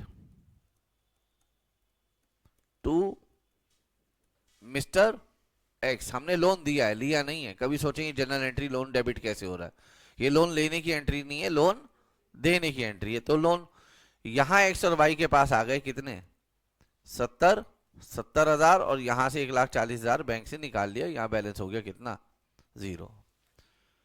अब अगर देखें तो ये शेयर होल्डर कह रहे हैं हमने कंपनी से लोन लिया है, हमने बेटा ध्यान देना, कंपनी से हमने लोन लिया है, कंपनी से हमने डिविडेंड नहीं लिया। तो ऐसा करके ये सीडीटी को क्या कर देते थे, अवॉइड, यानी कि सीडीटी की क्या कर रहे थे, ये चोरी। तो सरकार ने ऐसे 5 केसेस देखे जहां पर कंपनी सीडीटी देने से बच रही थी और डिविडेंड भी बट रहा था। भाई एक्स और वाई को तो 70,000 रुपए चाहिए थे, मिल गए, वो भी बिना सीडीटी दिए हुए। और इनसे लोन एंड एडवांस का पैसा मांगेगा कौन वापस, कंपनी के मालिक हैं, कभी वापस ही नहीं करेंगे कंपनी को, बल्कि हो सकता है 1-2 साल के बाद बैड डेट दिखा दें इसको। 1-2 साल के बाद क्या दिखा दें, बैड डेट, ये भी पॉसिबल है। तो लॉ मेकर्स ने लॉ बनाया और सेक्शन बनाए 222 clause A, 222 clause B, 222 clause C, 222 clause D और 222 क्लॉज ई। और 5 ऐसे केसेस उन्होंने कंसीडर किए, आइडेंटिफाई किए जहां कंपनी कॉर्पोरेट डिविडेंड टैक्स की चोरी कर रही थी। उनमें से एक केस ये है जो आपके सामने, और ये पर्टिकुलरली ये लोन एंड एडवांस वाला केस इस सेक्शन में कवर होता है, इसमें आज भी इसी में कवर होता है। ये डिविडेंड है नहीं, क्या है ये, लोन। मगर लॉ कहता है कि जितना आपके पास प्रॉफिट है, अगर उतने अमाउंट तक आप लोन देते हैं तो वो लोन नहीं माना जाएगा, उसको हम डिविडेंड मान लेंगे। ध्यान दें, ध्यान दें, जितना आपके पास एक्यूमुलेटेड प्रॉफिट है, इधर ध्यान दें सब लोग, जितना आपके पास प्रॉफिट है, जितना आपके पास प्रॉफिट है उतना आपकी ये इनकम मान ली जाएगी। क्या मान ली जाएगी, इनकम। तो इनकम 1,40,000 है, तो ये लोन एंड एडवांस। हाँ, अगर लोन एंड एडवांस होता है यार 90,000 तो कितना हो गया लोन एंड एडवांस, 180, और प्रॉफिट आफ्टर टैक्स हमारे पास है कितना, तो फिर डिविडेंड 140 ही माना जाएगा, मतलब एक्यूमुलेटेड प्रॉफिट से ज्यादा नहीं माना जाएगा। क्लियर हो गई आपको मेरी बात, समझ में आ गई। आइए अब इसको हम देखते हैं। Rahul a resident Indian holding, अच्छा जो मैंने बताया है वो है 222 क्लॉज ई। हो सकता है कि इलस्ट्रेशन 1 में कोई और सा केस लगे, मगर आपको एक आइडिया हो गया कि डिविडेंड, डीम डिविडेंड क्यों आया है कॉन्सेप्ट। कंपनी टैक्स की चोरी कर रही थी। कौन से टैक्स की चोरी? इनकम टैक्स की या सीडीटी की? सीडीटी की। देखो, Rahul a resident Indian holding 28% of equity share. कितना शेयर है बेटा? याद रखना, 20% से ज्यादा शेयर अगर किसी कंपनी में आपके पास होता है तो आपका सब्सटेंशियल इन्फ्लुएंस है उस कंपनी के अंदर। इन अ कंपनी, इसने एक लोन लिया है। देखिए आगे लोन वाली बात, कितने का लोन लिया है? सर ये 28% शेयर होना जरूरी है? हाँ सर, आपने वहां तो बताया नहीं अपनी केस में। बेटा दो ही शेयर होल्डर थे, एक्स वाई। मुझे लगा आप समझदार हैं कि 50-50% होगा उनका शेयर, ठीक है। और 50% 20% से ज्यादा होता है, इसलिए मैंने नहीं बोला, ठीक है। कुछ बातें आप भी लोग भी समझा करें। और लोन लिया है कितने का? 5 लाख रुपए का। किससे? कंपनी से। On date of granting loan, जिस दिन लोन दिया गया उस दिन कंपनी के पास प्रॉफिट कितना था? तो बताओ डीम डिविडेंड कितना मानेंगे? बस यही गलती है आपकी। ये जो अभी आपने बोला 4 लाख, ये नहीं मानेंगे। ध्यान दो बेटा, इधर देखो, ये है बैलेंस शीट कंपनी की। यहां एक्यूमुलेटेड प्रॉफिट है कितना? 4 लाख। लोन किसको दिया जा रहा है? शेयर होल्डर को। क्या नाम है शेयर होल्डर का? राहुल। कितने का लोन दिया जा रहा है? 5 लाख का। क्या राहुल के पास कंपनी का 100% शेयर है? कितने परसेंट शेयर है? 28%। तो राहुल के पास 4 लाख पूरा लेने की एक्सेस है या सिर्फ 28%? तो 4 लाख कंपनी का प्रॉफिट है, राहुल को पूरे 4 लाख नहीं मिल सकते। राहुल को अगर इस 4 लाख में से मिलेंगे भी तो कितने परसेंट मिलेंगे? 28%। और वो आएगा कितना? तो यहां पे आप ये मत कहिएगा कि प्रॉफिट 4 लाख है, आप बोलिएगा राहुल के लिए प्रॉफिट 1,12,000 का। और राहुल ने लोन कितने का लिया है? 5 लाख का। तो 1,12,000 और 5 lakh, whichever is lower? 1,12,000। This is deem dividend for Rahul. Is it okay? Rahul ने लिया लोन है, राहुल ने लिया क्या है, मगर इस लोन में से 5 लाख में से 1,12,000 उसकी क्या मानी जाएगी? Income, under section 222 clause. Suppose करो 30% होता तो मैं 4 लाख का 30% ले लेता, 40% होता 4 लाख का, 100% होता तो 4 लाख का 100% ले लेता। होता नहीं, मैं समझाने के लिए कह रहा हूं, ठीक है। आज के संदर्भ में तो हो सकता है, 1% कंपनी तो होता है ना, तो पॉसिबल है। मगर जब ये लॉ आया था तब तो 1% कंपनी भी नहीं था, ठीक है। तो ये है जी 222 क्लॉज ही। उम्मीद करता हूं बात समझ में आ रही है। अब जरा वहां देखिएगा, is the amount of loan taxable as, is the amount of loan taxable as deem dividend? Yes, if the company is a company in which public are substantially interest. फिर जवाब है नो। अगर पब्लिक सब्सटेंशियली इंटरेस्टेड है, public interested है तो नहीं। ये law तभी लगता है जब कंपनी एक क्लोजली हेल्ड कंपनी हो, प्राइवेट कंपनी हो। इसीलिए मैंने वहां लिखा कि 2 है वहां पे शेयर होल्डर, एक्स और वाई। तो देखिएगा, any payment by a company, और यहां ये वर्ड देखिएगा क्या लिखा है, other than a company in which public are. इसका मतलब है other than a company in which public are substantial interest, यानी कि ये लॉ सब पे लगेगा, पब्लिक कंपनी पे नहीं लगेगा। यानी कि यहां पे जो कंपनी का मतलब है वो कौन सी कंपनी है? प्राइवेट कंपनी, या कह लो या क्या कह दो, क्लोजली हेल्ड कंपनी, ये मतलब है ये। और उसको कोई एडवांस या क्या मिलता है? लोन। और उसको जिसका शेयर होल्डर कम से कम शेयर होल्डिंग कितना हो? वैसे जब ओरिजिनल लॉ आया था 20% ही लिखा था, मगर यहां पे कितना कर दिया गया इसको? हम हमारे शेयर होल्डर के पास तो 10 क्या बेटा 28% है। इस डीम्ड एज, सेक्शन का नंबर देखो 222 क्लॉज ही। तो पहले केस में 222 क्लॉज ही अप्लाई नहीं होगा, क्योंकि लोन ऐसी कंपनी द्वारा दिया गया है जो कैसी कंपनी है? मेरी बात उम्मीद करता हूं पब्लिक कंपनी है बेटा। सेकंड केस देखो, what would be your answer if the lending company is a private limited in which is not a company in which public are substantially interested? बताइए, फिर तो हमारे लिए टैक्सेबल होगा इनकम। बोलो बेटा, हाँ या ना? ठीक है, कितनी इनकम होगी जरा पढ़ के देखिए। However if the loan is taken from a private company which is not a company where lending of money is a substantial part of the business of the company, 22 clause ही applicable होगा। In this case since the company is a manufacturing company not a lending company, ठीक है। Manufacturing company है, lending company नहीं है, ठीक है। Rahul holds more than 10% of equity in the company, provision attract होगा। अच्छा, एक होता है लैंडिंग कंपनी, उसका काम ही है लोगों को उधार देना, तो जब उधार देना काम है तो वो अपने शेयर होल्डर को भी उधार दे सकते हैं। तो इसका एक आंसर ये बन सकता था कि अगर ये लैंडिंग कंपनी है तो भी 222E एप्लीकेबल नहीं होगा, अभी लिखवा देंगे। तो amount dividend as deem dividend can not exceed the accumulated profit held by the company on the date of giving loan. Therefore, the amount taxable as deemed dividend would be limited to accumulated profit 4 lakh. इन्होंने 4 लाख दिया हुआ है answer, जो कि मैं मानता हूं इनसे गलती हो रखी है।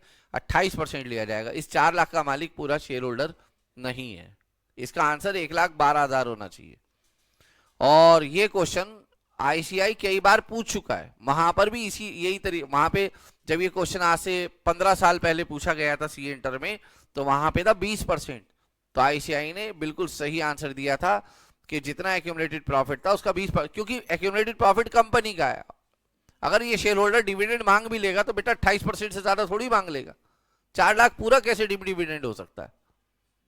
अगर ये कहते हैं कि 4 लाख एक्स को भी लोन दिया गया, वाई को भी लोन दिया गया, जेड को भी लोन दिया गया और तीनों के पास मिला के 100% शेयर है, फिर तो हम कह सकते थे कि, है ना। तो एक्यूमुलेटेड प्रॉफिट पूरा 4 लाख डिविडेंड नहीं होगा, यहाँ पे 28% होगा। मैं लिखवा देता हूं इसको। तो पहला आंसर लिख लेंगे बेटा, illustration number 1।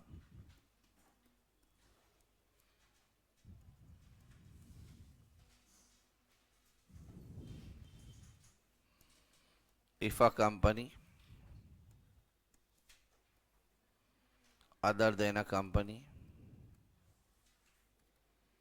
in which public is substantially interested,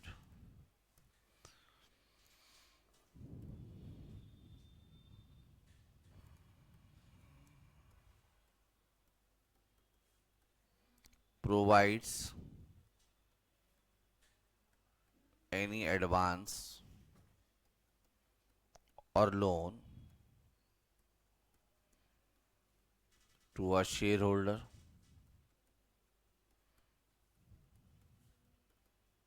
bracket में लिखना होल्डिंग 10% और मोर equity,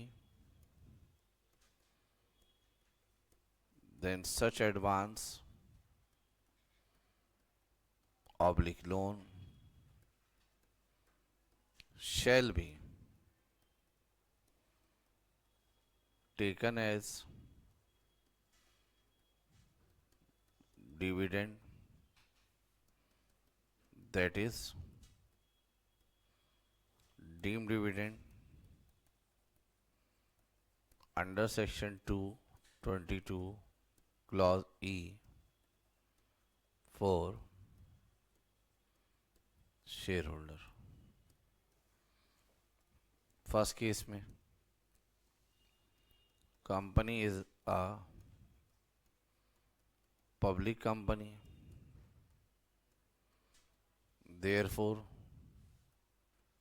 loan given to Mr. Rahul is not a deemed dividend।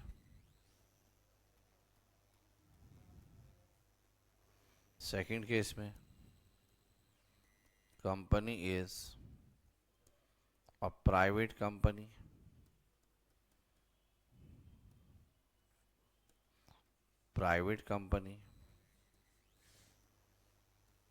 not a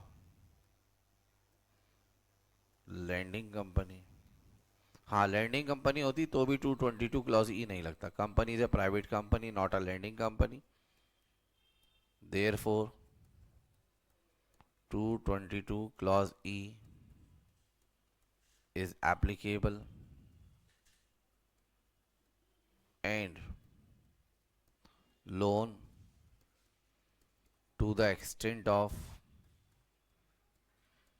accumulated profit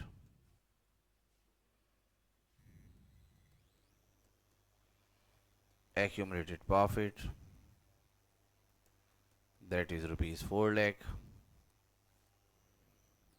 to be considered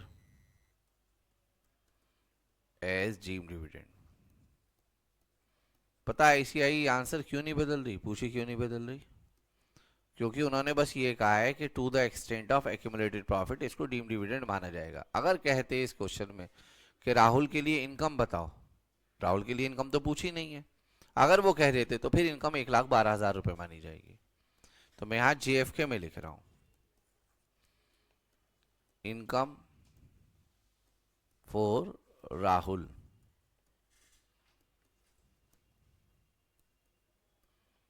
deem dividend है 4 लाख का कितना, 1,12,000 और लोन कितना, तो राहुल के लिए इनकम ये है। ठीक है, अगर 4 लाख में से और किसी को भी लोन दिया जाएगा ना आगे तो उसकी इनकम मानी जाएगी। राहुल के लिए इनकम 1,12,000 है और मैं इसकी बात पर बिल्कुल कंफर्म हूँ, कोई इफ और बटन नहीं है कि आप कहेंगे ये लिखा है इंस्टीट्यूट में, वो नहीं, जो मैं बता रहा हूँ वही आंसर है। ठीक है, बिल्कुल, इसमें किसी को भी डाउट नहीं रखना है कि इंस्टीट्यूट के मॉड्यूल में 4 लाख लिखा है, जो मैं आपसे बता रहा हूँ वही है आंसर। लो बेटा, नीचे ऊपर सब जगह कर दिया, देखो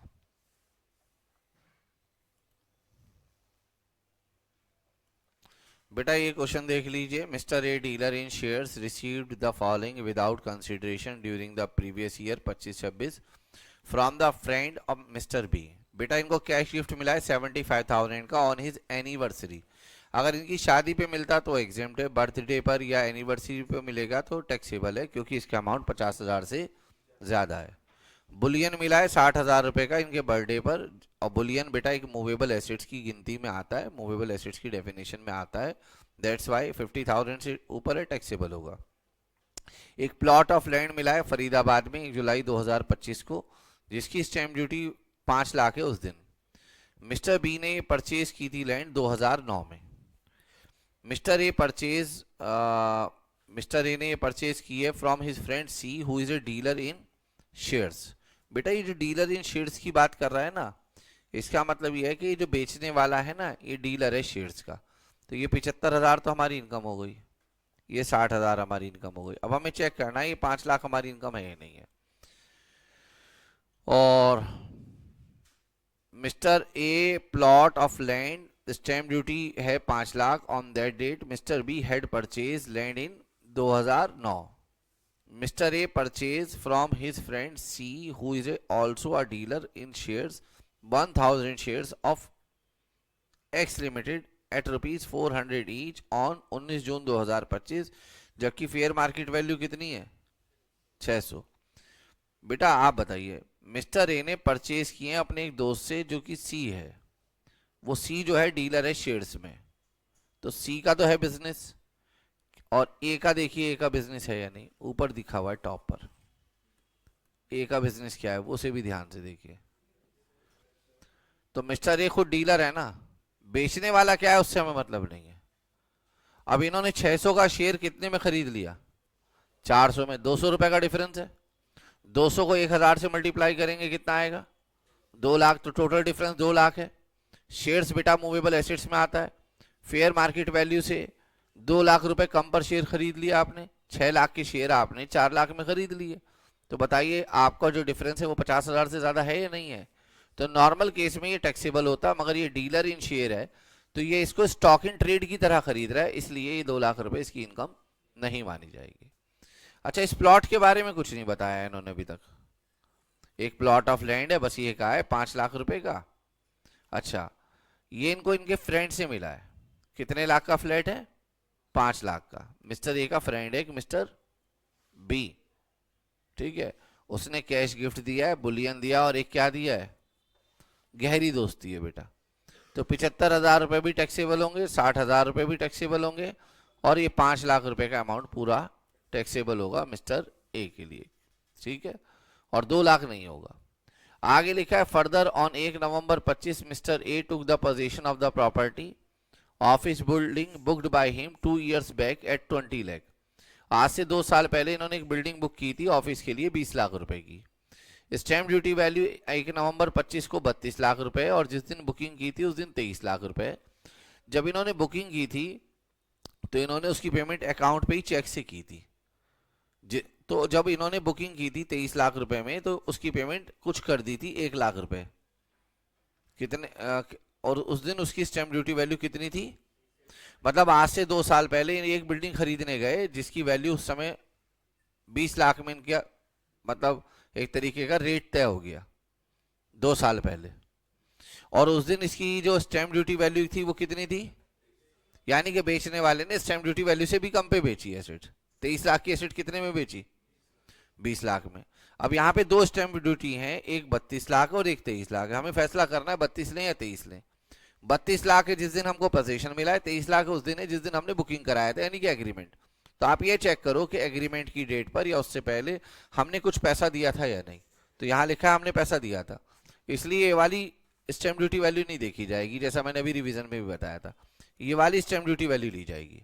तो 23 लाख की स्टैंप ड्यूटी वाली एसेट हमें कितने में मिल रही है? 20 लाख में। कितने रुपए का डिफरेंस है? 3 लाख का। अब इस 3 लाख के डिफरेंस को कंपेयर करना हायर से। हायर किस किस का? एक 50,000, और जो एक्चुअल कंसिडरेशन है 20 लाख, उसका 10%। कितना आएगा? तो बताओ 50,000 और 2 लाख में क्या हायर है? 2 लाख। क्या डिफरेंस उससे भी ज्यादा है? 3 लाख का डिफरेंस है, इसलिए 3 लाख रुपए आपकी इनकम में टैक्सेबल होंगे। सर आपने तो कहा था as stock in trade.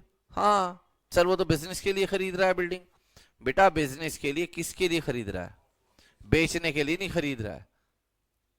Her business के लिए खरीदी गई एसेट स्टॉक इन ट्रेड नहीं होता। भाई मैंने यहाँ एयर कंडीशन लगाया हुआ है, बिजनेस के लिए तो लगाया हुआ है, कोई मेरा स्टॉक इन ट्रेड थोड़ी है ये। हर बिजनेस में खरीदी गई एसेट स्टॉक इन ट्रेड नहीं होती। तो इसमें से जो शेयर की इनकम थी 2 लाख रुपए, वो टैक्सेबल नहीं होगी, बाकी सब चीज टैक्सेबल होंगी। बाद में इसने क्या किया? 1 मार्च 2026 को इसने प्लॉट कितने में बेच दिया? 7 लाख रुपए। ये वाले प्लॉट की बात हो रही है। इस वाले की कितने में था ये? 5 लाख में। तो 5 लाख तो हो गई इसकी इनकम फ्रॉम अदर सोर्स। फिर कितने में बेच दिया इसने? 2 लाख रुपए जो है कैपिटल गेन की इनकम हो गई। अब आप देखिए बेटा, सबसे पहले इन्होंने इनकम लिया है 75,000। ठीक है, ये जब आप ऊपर लिखेंगे computation of income under the head other source, सबसे पहले कैश गिफ्ट हो गया 50,000 से ज्यादा है, बुलियन 50,000 से ज्यादा है, स्टैम्प ड्यूटी वैल्यू 50,000 से ज्यादा है, 5 लाख है। बोलो बेटा। अब आप शेयर्स वाला देखो। Difference of 2 lakh in the value of share purchase from C a dealer in share is not taxable. क्यों नहीं है टैक्सेबल? क्योंकि ये इसके लिए क्या है? Stock in trade. यहां देखिए बेटा, इसके लिए क्या है ये। फिर अगला वाला देखिए, समझ में आ गया? 3 लाख रुपए टैक्सेबल होंगे। बोलो हाँ।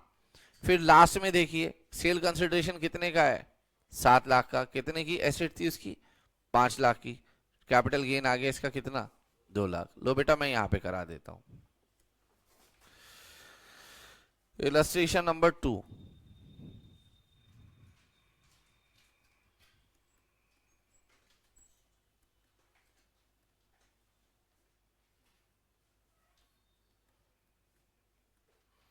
इन क्वेश्चंस में एक काम जरूर कर लेना आप, जो इनके नोट्स लिखने हैं कृपया करके वो नोट जरूर लिख लेना। सबसे पहले कैश गिफ्ट है कितने का? या तो नीचे दे देना क्वेश्चन के लास्ट में नोट्स, या यहीं पे लिख देना since it exceeds ₹50,000 therefore it is taxable. दूसरा था बुलियन 60,000। इसके लिए सेकंड नोट देना, if an individual receives any immovable property in excess of 50,000 without any consideration it is taxable, and bullion is included in the definition of movable asset therefore it is taxable। तीसरा क्या था बेटा? Plot, उसकी हमने ली stamp duty value. Shares हमने खरीदे थे as stock in trade, इसके लिए कुछ भी टैक्सेबल नहीं। उसके बाद आएगा ऑफिस बिल्डिंग, उसमें कितना टैक्सेबल होगा?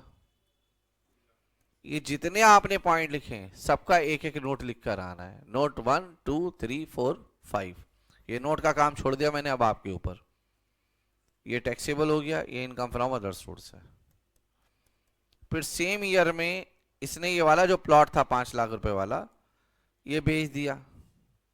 तो अगर कोई एसेट बेचते हो तो उससे होने वाली इनकम कैपिटल गेन में आती है।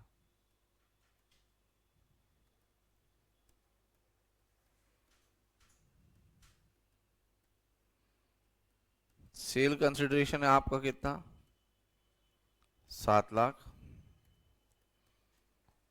और कॉस्ट ऑफ एक्विजिशन है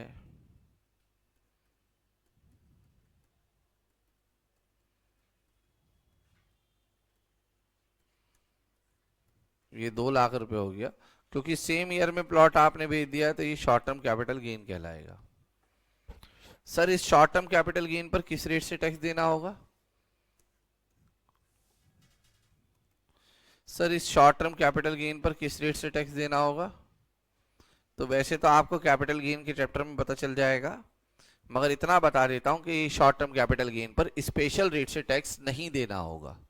ये 111A वाला शॉर्ट टर्म कैपिटल गेन नहीं होता, ठीक है। 111A में 3-4 एसेट्स हैं, बस वही आती हैं इस पर। क्योंकि ये एक इंडिविजुअल को हुआ है कैपिटल गेन, तो इस पर ये स्लैब रेट से टैक्स देगा। टोटल ये 11,35,000 पे स्लैब रेट से टैक्स देगा। क्योंकि एग्जाम में हो सकता है कि आपसे पूछ ले टैक्स भी बताओ, ठीक है। तो ये 2 लाख रुपए जो है ये शॉर्ट टर्म कैपिटल गेन तो है, मगर 111A वाला नहीं है। इस पर स्लैब रेट से टैक्स देगा ये इंडिविजुअल। स्लैब रेट में 2 रेट होते हैं, एक ऑप्शनल और एक डिफॉल्ट। इलस्ट्रेशन 3 देखिए। अच्छा एक बात बताऊं मैं आपको, आप इनकम फ्रॉम अदर सोर्स का चैप्टर पढ़िए, एकदम इजी लगेगा, इजी लगेगा। और जब क्वेश्चन करेंगे तब पता चलेगा कि क्वेश्चंस क्या चीज होते हैं।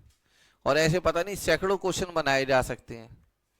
तो बेटा आपको ना कोई भी सॉलिड चीज तभी आपको मिलेगी जब आप पूरे कोर्स को अच्छे से रिवाइज करें। उससे पहले तो बेटा एक तुक्केबाजी वाली बात है कि कोई क्वेश्चन सही निकल गया, कोई क्वेश्चन सही नहीं निकल पा रहा है। डिस्कस द टैक्सेबिलिटी, और ये सिर्फ आपके साथ नहीं, मोस्ट ऑफ द स्टूडेंट इसी चक्रव्यूह में फंसे हुए हैं। वो ये नहीं देख पा रहे हैं कि उनसे गलती क्या हो रही है, बस उनको लगता है कि हम बहुत पढ़ाई करते हैं। बेटा उनके दिमाग में जो बुखार पर चढ़ा हुआ है ना कि हम बहुत इंटेलिजेंट और बहुत पढ़ाई करते हैं, जब तक आप अपनी कमियां नहीं देखोगे आप आगे नहीं बढ़ सकते। जो व्यक्ति अपनी कमियों पे काम करता है बेटा आप देखना उसको सक्सेस जरूर मिलती है। जो जितना जल्दी काम करेगा अपनी कमियों पे उसे उतनी जल्दी सक्सेस मिलेगी। बाकी तो बेटा आप जानते हैं क्या है, उसको मुझे अपनी जबान से कहने की जरूरत नहीं है। डिस्कस द टैक्सेबिलिटी और otherwise of the following in the hands of recipient under section 56 subsection 2 clause 10। आप जानते हैं कौन सा वाला है, यह है मनी, मूवेबल एसेट और इमूवेबल एसेट्स वाला सेक्शन। अखिल एक एचयूएफ है, उसको रिसीव हुए 75,000 किस में बेटा? कैश में मिले। देखो आप बेटा, फ्रॉम नीस ऑफ अखिल। आपको मैंने बताया था नीस जो होती है, निबलिंग्स जो होते हैं, वो हमारे रिश्तेदार नहीं होते। अगर रिश्तेदार से मिलते, अखिल को अपनी बहन से मिल जाती है एसेट तो कोई बात नहीं बेटा। अखिल इज द कर्ता ऑफ एचयूएफ। तो आपने सेक्शन नंबर 56 सबसेक्शन 2 क्लॉज 10 में देखा है कि किसी इंडिविजुअल को एचयूएफ को कोई एसेट रिसीव हो किसी नॉन रिलेटिव से तो वो टैक्सेबल होती है अगर उसकी वैल्यू 50,000 से ज्यादा हो या 50,000 से ज्यादा, इसलिए 75,000 टैक्सेबल होंगे अखिल एचयूएफ के लिए। Nitisha a member of her father's HUF. Nitisha एक मेंबर है उनके पापा की एचयूएफ की। Transferred house property to the HUF without consideration. तो एक बात बताओ, नितिशा ने किसको बेटा? एचयूएफ को एक प्रॉपर्टी ट्रांसफर की है, कितने की? तो क्वेश्चन ये है कि 9 लाख रुपए एचयूएफ की इनकम मानी जाएगी या नहीं? नहीं मानी जाएगी, क्योंकि एचयूएफ की वो मेंबर है नितिशा, है ना। और फादर के लिए बेटी रिश्तेदार होती है, ठीक है, इसलिए इनकम नहीं मानी जाएगी। फिलहाल देखेंगे हम इसको, मुझे इसमें थोड़ा सा डाउट है। नंबर 3, मिस्टर अक्षत, मुझे ये डाउट है कि रिलेटिव वाला पॉइंट इंडिविजुअल के साथ साथ एचयूएफ पे भी लगेगा या नहीं। ये थोड़ा सा भी हम पहले देख ही लेते हैं, डाउट में नहीं जीते। तो देखिए लिखा है नॉन टैक्सेबल, तो हमारा वो ठीक है, यानी कि वो जो रिलेटिव वाला पॉइंट हमने रिवीजन में देखा था वो इंडिविजुअल के साथ साथ एचयूएफ पर भी एप्लीकेबल है। क्लियर है आप लोगों को मेरी बात? और नितिशा वैसे भी मेंबर भी है एचयूएफ की और रिलेटिव है एचयूएफ की, देयरफॉर ये टैक्सेबल नहीं होगा। हाँ, क्लबिंग में हमने एक पॉइंट पढ़ा था क्लबिंग के चैप्टर में कि अगर कोई इंडिविजुअल व्यक्ति जो किसी एचयूएफ का मेंबर है वो अपनी प्रॉपर्टी को बिना किसी कंसीडरेशन के अपनी एचयूएफ के नाम पर कर देता है तो उससे होने वाली इनकम उसी व्यक्ति की मानी जाती है, ना कि एचयूएफ की। हाँ, बंटवारे के बाद जो उसको, उसकी स्पाउस को और माइनर बच्चों को मिलता है वो इनकम मानी जाती है, ठीक है। ये हमने क्लबिंग के रिवीजन में आप लोगों को बताया है।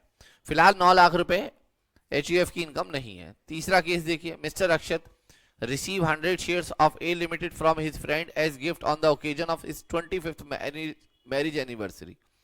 फेयर मार्केट वैल्यू 100 रुपए पर शेयर है, तो 100 इंटू 100 करोगे तो कितना आएगा बेटा 10,000, और इसको ज्वेलरी भी मिली है 45,000 की, तो दोनों मिला के 55,000 हो गए, और मिली है नेफ्यू से, और बेटा नेफ्यू रिश्तेदार नहीं होता, तो 55,000 की हो गई। तो बहुत सारे बच्चे कहते हैं 10,000 एक अलग एसेट से और 45,000 एक अलग एसेट से, क्योंकि दोनों अलग अलग एसेट्स हैं तो अलग अलग 50,000 लिमिट होनी चाहिए। नहीं बेटा, मूवेबल एसेट्स में जो नॉन मूवेबल एसेट्स हैं उनकी लिमिट कंबाइन है 50,000 रुपए, वो भी पूरे वर्ष की। तो देखिए आप टैक्सेबल है 55,000 रुपए। क्लियर है आप लोगों को मेरी बात? फिर देखिए नंबर 4, किशन एक HUF है, gifted a car to son of karta for achieving goods marks in 12th board examination, fair market value car की 5,25,000 है। बेटा क्या इसके बेटे के लिए इनकम मानी जाएगी? नो, कार जो है वो मूवेबल एसेट्स में नहीं आती, ठीक है, इसलिए नहीं मानी जाएगी। ये जो इलस्ट्रेशन नंबर 4 है ये सबसे अच्छा डिजाइंड क्वेश्चन में से एक है पूरे मॉड्यूल के अंदर, सिर्फ इस चैप्टर में नहीं, ठीक है। इसमें आप देखना 3 चैप्टर में आप ट्रेवल करेंगे, पीजीबीपी में, इनकम फ्रॉम अदर सोर्स में और कैपिटल गेन में। याद रखना जो पीजीबीपी का चैप्टर है, इधर देखो मेरी तरफ, जब मेरी तरफ देखना होता है तो आप कहीं और देख रहे होते हैं, और जब मैं कहता हूं उधर देखो तो मेरी तरफ देख रहे होते हैं, ठीक है। इसका मतलब ध्यान नहीं है मेरी तरफ। जब कोई एसेट आप बेचते हैं, लैंड और बिल्डिंग, तो आप 2 तरीके से उसको बेच सकते हैं। हो सकता है कि आप बिजनेसमैन और लैंड और बिल्डिंग को बेचने का ही काम आप करते हो, तो अगर आप लैंड और बिल्डिंग को बेचने खरीदने का काम करते हैं तो लैंड और बिल्डिंग आपके लिए स्टॉक इन ट्रेड है। उस केस में आपके ऊपर सेक्शन लगेगा 43CA पीजीबीपी का। बट अगर आपका लैंड बिल्डिंग को बेचने खरीदने का काम नहीं है, वो आपके लिए एक एसेट है, स्टॉक इन ट्रेड नहीं है, और फिर आप बेचते हैं उसको, तो आपको कैपिटल गेन का सेक्शन लगेगा 50C। तो मैं एक लैंड एंड बिल्डिंग का प्रॉपर्टी डीलर हूं, सुनना बेटा, मैंने आप लोगों को 50 लाख की एक बिल्डिंग बेची, मैं प्रॉपर्टी डीलर हूं, और आप भी एक प्रॉपर्टी डीलर हैं। आपने मुझसे 50 लाख की एक बिल्डिंग खरीदी, मगर वो 50 लाख की बिल्डिंग जो है ना आपने मुझसे 44 लाख में खरीद ली, तो वो जो हम देखते हैं 6 लाख का डिफरेंस है और डिफरेंस को हायर से कंपेयर करते हैं, यहां देखने की जरूरत नहीं है। क्यों नहीं है जरूरत? क्योंकि आप, बात समझ में आ रही है, क्योंकि आपको ये जो प्रॉपर्टी है एज ए क्या मिल रही है, स्टॉक इन ट्रेड आपको, मगर मेरे ऊपर सेक्शन नंबर 43CA लगेगा नहीं लगेगा वो एक अलग बात है। 43CA क्या चीज है?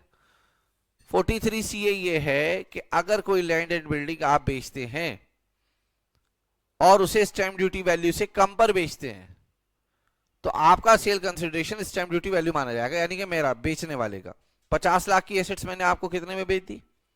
44 लाख में, है ना।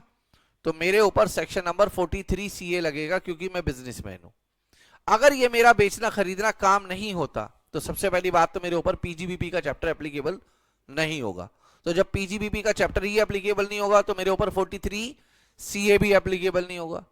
फिर मेरे ऊपर एप्लीकेबल होगा कैपिटल गेन का चैप्टर, कैपिटल गेन का सेक्शन है 50C, फिर मेरे ऊपर ये लगेगा, यानी कि बेचने वाले पर लगेगा या तो 43CA या फिर क्या, ये तब लगेगा जब बेचने वाले के लिए एसेट क्या है, और अगर बेचने वाले के लिए लैंड एंड बिल्डिंग क्या है बेटा, तो ये लगे। ये मैं बात कर रहा हूं बेचने वाले की। बायर पर हमेशा ये सेक्शन लगेगा, क्योंकि बायर है खरीदार, उसको एसेट मिलेगी, और लॉ कह रहा है कि जब किसी को इनकम फ्रॉम अदर सोर्स देखना है तो उसको जब कोई एसेट मिलेगी और वो एसेट उसको विदाउट कंसिडरेशन या इनएडिक्वेट कंसिडरेशन के बदले में मिले तो 56 सबसेक्शन 2 क्लॉज X लगेगा। पहला केस, शावेज आलम एसेट्स बेच रहा है, प्रॉपर्टी डीलर है, आप एक आम आदमी है, मैंने 50 लाख की एसेट 44 लाख रुपए में बेच दी, मेरे ऊपर ये सेक्शन लगेगा या नहीं लगेगा?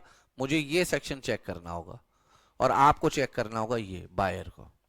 तो मैं पहले अपने लिए बता दूं, मेरे ऊपर 43CA लगेगा क्योंकि 50 लाख की स्टैंप ड्यूटी वैल्यू वाली एसेट मैंने कितने में बेची है? 44 लाख में। लॉ कहता है तुम इसको फ्री में दे दो, तुम्हारे लिए सेल कंसिडरेशन 50 लाख माना जाएगा, तो मेरे लिए 50 लाख माना जाएगा, क्योंकि मैं कितने कम पर बेच रहा हूं? 6 लाख पर, और 50 लाख का 10% कितना होता है? 5 लाख। 5 लाख और 50,000 whichever is higher, 5 lakh, तो डिफरेंस ज्यादा से ज्यादा 5 लाख का हो सकता था, मगर मैंने डिफरेंस कितने का रखा? 6 लाख का। इसलिए मेरा सेल कंसिडरेशन मेरी पीजीबीपी की इनकम में कितना आएगा? 50 लाख। अब हम आपकी बात करते हैं, आप एक आम आदमी है, आप एक आम आदमी है बेटा, सुनना, आप एक आम आदमी है, तो आपके ऊपर इनकम फ्रॉम अदर सोर्स लगेगा। आप बताइए 50 लाख की एसेट आपने मुझसे कितने में ले ली? 44 लाख में। कितने का डिफरेंस है? 6 लाख का। क्या ये 6 लाख का डिफरेंस 50,000 और 50 लाख के 10% होता है? 5 लाख। 50,000 5 लाख में हायर क्या है? 5 लाख। क्या डिफरेंस 6 लाख उससे भी ज्यादा है? हाँ, तो आपकी इनकम फ्रॉम अदर सोर्स माना जाएगा 6 लाख। मेरी सेल कंसिडरेशन 50 लाख और आपका income from other source 6 lakh. ये एक केस हो गया। नंबर 2 केस, शावेज आलम एक प्रॉपर्टी डीलर है और वो 50 लाख की एसेट 44 लाख में बेचता है, और आप जो बायर हैं ये आप भी एक प्रॉपर्टी डीलर है, तो आप मुझसे as a stock in trade खरीद रहे हैं, ठीक है? तो मैं 50 लाख की एसेट आपको कितने में बेच रहा हूं? 44 लाख में। मेरे ऊपर 43 CA लगेगा, रीजन सेम है जो अभी बताया था, मगर आपके ऊपर 56 सबसेक्शन 2 क्लॉज 10 नहीं लगेगा। बात समझ में आ गई?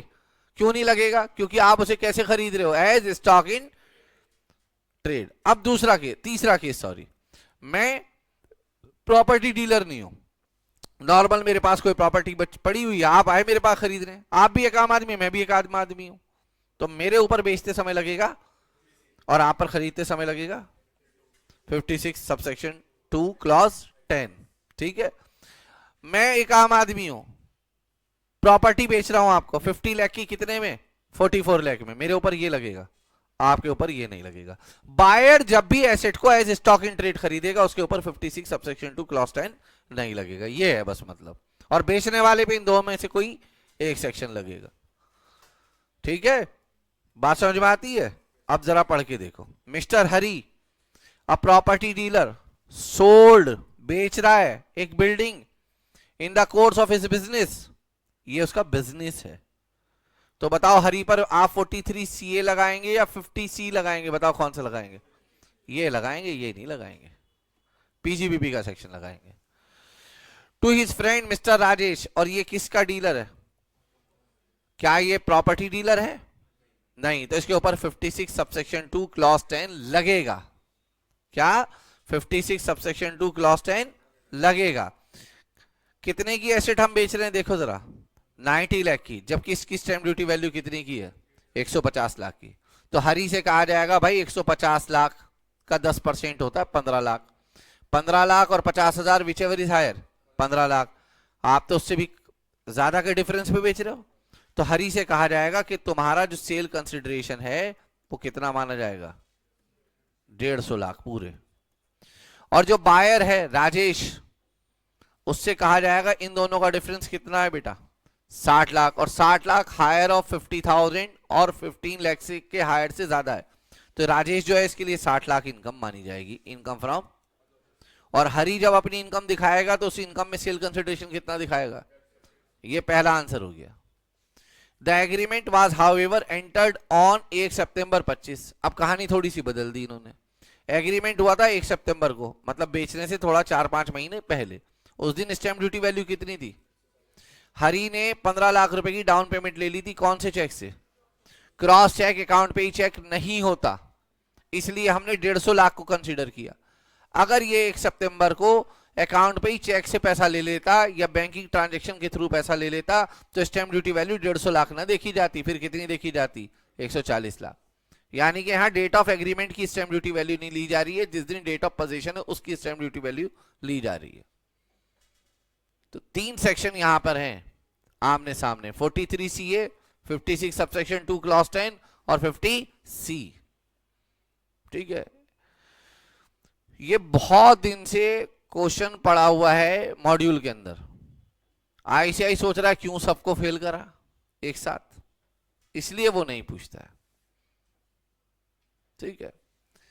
On date of agreement discuss the tax implication in the hands of Rajesh. Hari ने ये एसेट बिल्डिंग कब कितने में खरीदी थी? तो हरी की सेल वैल्यू मानी जाएगी 150 लाख और उसका कॉस्ट मानी जाएगी 75 लाख, तो हरी की इनकम कितनी हो जाएगी? 75 लाख। 12 जुलाई 2024 को खरीदी थी।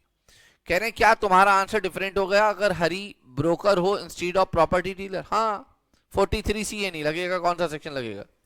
50 C लगेगा। मगर राजेश तो बेटा क्या है? ऑटोमोबाइल का है ना डीलर, उसके लिए तो 56 सबसेक्शन 2 क्लॉज 10 लगेगा, ठीक है, अब जरा पढ़ के देखो, एक तरफ हरी के लिए लिखा हुआ और एक तरफ राजेश के लिए। पहले मैं हरी को पढ़ाता हूं, बेचने वाले को, इसको। In hands of Hari the provision of section, ध्यान से देखिए, 43 CA वुड बी अट्रैक्टेड। क्यों? क्योंकि यहां पे बिल्डिंग उसका क्या है बेटा, स्टॉक इन ट्रेड। और वो जब बिल्डिंग बेच रहा है तो उसका जो कंसिडरेशन है वो लेस है किससे बेटा, स्टैंप ड्यूटी वैल्यू से। स्टैंप ड्यूटी वैल्यू 150 लाख रुपए थी और कंसिडरेशन था उसका 90 लाख। 90 लाख का 10% कितना होता है, या सॉरी 90 लाख का 110% कितना होता है, 99 लाख होता है ना। तो आप ये बताओ क्या 99 लाख से ज्यादा है स्टैंप ड्यूटी वैल्यू? जवाब है हाँ। तो बेचने वाला अपने कंसिडरेशन का कितने परसेंट कर देगा, 110, चाहे 50C सेक्शन हो चाहे 43C हो, जितने का उसने बेचा उसका 110% कर देगा। वो आया 99।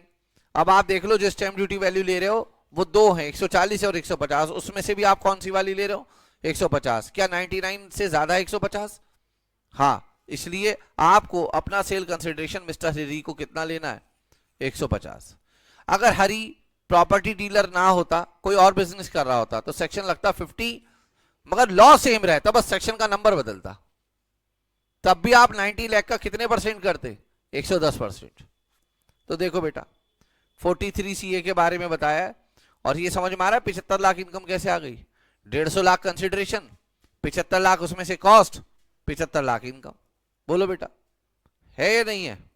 देखो दूसरा केस, हरी अगर शेयर ब्रोकर होता तो देखो कौन सा सेक्शन लग रहा है, इनकम तब भी यही रहेगी, क्योंकि बेचने वाले को जितने का बेचा है उसका कितना परसेंट करना है, बस वो आ गया 99 लाख। और बताओ जो बेचा है 90 लाख में उसका 110% हो गया 99। स्टैंप ड्यूटी वैल्यू कितनी है, 150। क्या 99 से ज्यादा होता है 150?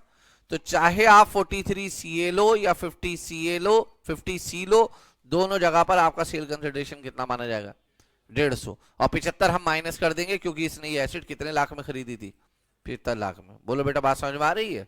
हाँ या ना में जवाब दो। अब बात करते हैं हम किसके लिए, राजेश के लिए। राजेश एक बायर है, उसके ऊपर देखो कौन सा सेक्शन लग रहा है। ये समझना, एक मुझे लगता है कि स्टूडेंट को ये समझना बेहद जरूरी है कि कौन सा सेक्शन किसके ऊपर अप्लाई होता है। ठीक है, तो 56 सबसेक्शन 2 क्लॉज एक्स बायर पे लगता है। किस पे लगता है, बायर पे। अब बताओ बायर ने 150 लाख की चीज कितने में ले ली, 90 लाख में। डिफरेंस है कितने का बेटा, 60 लाख का। यहां पे देखेंगे 60 लाख हायर से ज्यादा होना चाहिए। किसका हायर, 50,000 और एक्चुअल कंसिडरेशन का 10%। एक्चुअल कंसिडरेशन है 90 लाख, 90 लाख का 10% 9 लाख, 9 लाख और 50,000 9 लाख। समझ में आ रही है बात? आप देख सकते हैं 6 लाख रुपए इनकम मानी जाएगी यहां पे, आप देखिए, सॉरी 60 लाख यहां इनकम मानी जाएगी, 150 और कुछ। समझ में आ रही है मेरी बात? तो देखो बेटा कौन सा इलस्ट्रेशन नंबर है ये, 4। हरी है सेलर।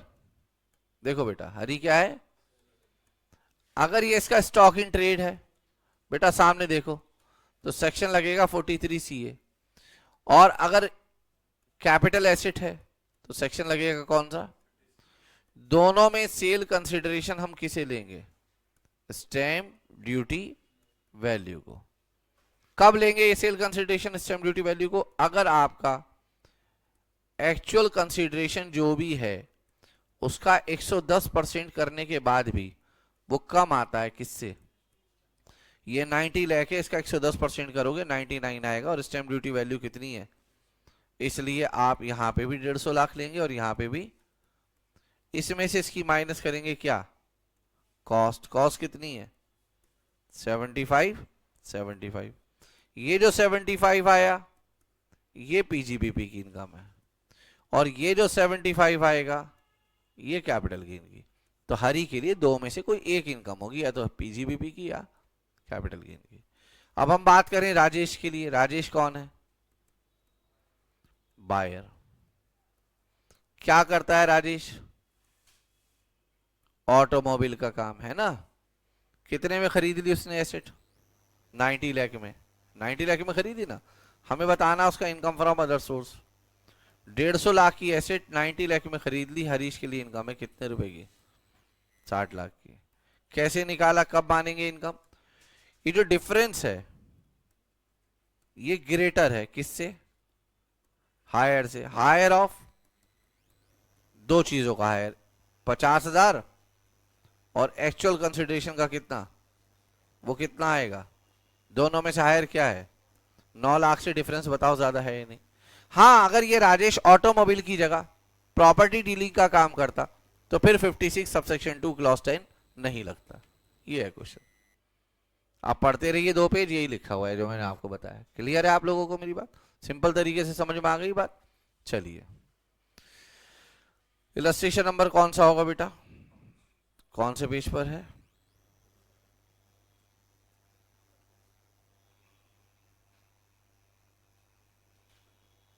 अच्छा, इसमें लाइफ इंश्योरेंस प्रीमियम को लेके बहुत कुछ दिया हुआ है, वो बेटा मैं आप लोगों को काफी हद तक डिस्कस कर चुका हूं अदर डिडक्शन के चैप्टर में। ठीक है, तो मैंने दो चीजों पर इस चैप्टर में ज्यादा फोकस नहीं करा, एक dividend per, deep dividend per, और एक एलआईपी पर। एलआईपी को मैं डिस्कस कर चुका हूं डिडक्शन में, और डिविडेंड से रिलेटेड जो पॉइंट था वो उसको मैंने डिस्कस कर दिया है आपको रिवीजन क्लास में। पेज नंबर कौन सा होगा जी? कह रहे हैं कंपनसेशन मिला है on account of disaster receive from A local authority. बेटा आपको हमने आज बताया था रिवीजन में भी कि लोकल अथॉरिटी से जो मिलने वाला पैसा होता है वो एग्जेम्प्ट होता है। कह रहे हैं examine the correctness of the statement with reference to provision. तो बेटा जो भी आपको कंपनसेशन मिलता है डिजास्टर पर लोकल अथॉरिटी से, वो टैक्सेबल नहीं होता, एग्जेम्प्ट होता है। ये सेक्शन है 10(10)(b) क्लॉज सी। ये बातें मैंने कहाँ लिखवाई हैं मैं आपको बताता हूं। मैंने एक जगह रिवीजन में आपको लिखवाया non applicability of section 56 subsection 2 clause 10। तो वहां मैंने साफ साफ लिखवाया कि म्युनिसिपैलिटी से या किसी ट्रस्ट से, एनजीओ से मिलने वाला पैसे पर टैक्स नहीं लगता। ऐसी यहाँ स्कॉलरशिप लिखा है, ठीक है, तो इन पर टैक्स नहीं लगता है। इनको आप पढ़ लीजिएगा, जैसे लिखा है payment in commutation of pension receive from a setup by LIC, इस पे टैक्स नहीं लगता। लिटरेरी और साइंटिफिक आर्टिस्टिक वर्क करते हैं, गवर्नमेंट से काम अवार्ड मिलता है, अवार्ड मिलते हैं ना, अभी 26 जनवरी पे अवार्ड मिले हैं बहुत सारे को, ऑथर को मिला है, लिटरेचर को मिला है, साइंटिस्ट को मिला है। कोई आर्टिस्टिक वर्क करता है, कोई समाज सुधार का काम करता है, तो राष्ट्रपति से और प्रधानमंत्री से इनाम मिलते हैं, बेटा वो एग्जेम्प्ट है। ठीक है, ऐसी एजुकेशनल स्कॉलरशिप मिलती है, आप पढ़ने में अच्छे हैं, ओलंपियाड में गोल्ड मेडल, सीबीएसई ने 10 लाख रुपए का आपको इनाम दिया है, कैश प्राइज, वो एग्जेम्प्ट है। या कोई स्कॉलरशिप दी है, वो बेटा इस एग्जेम्प्ट है।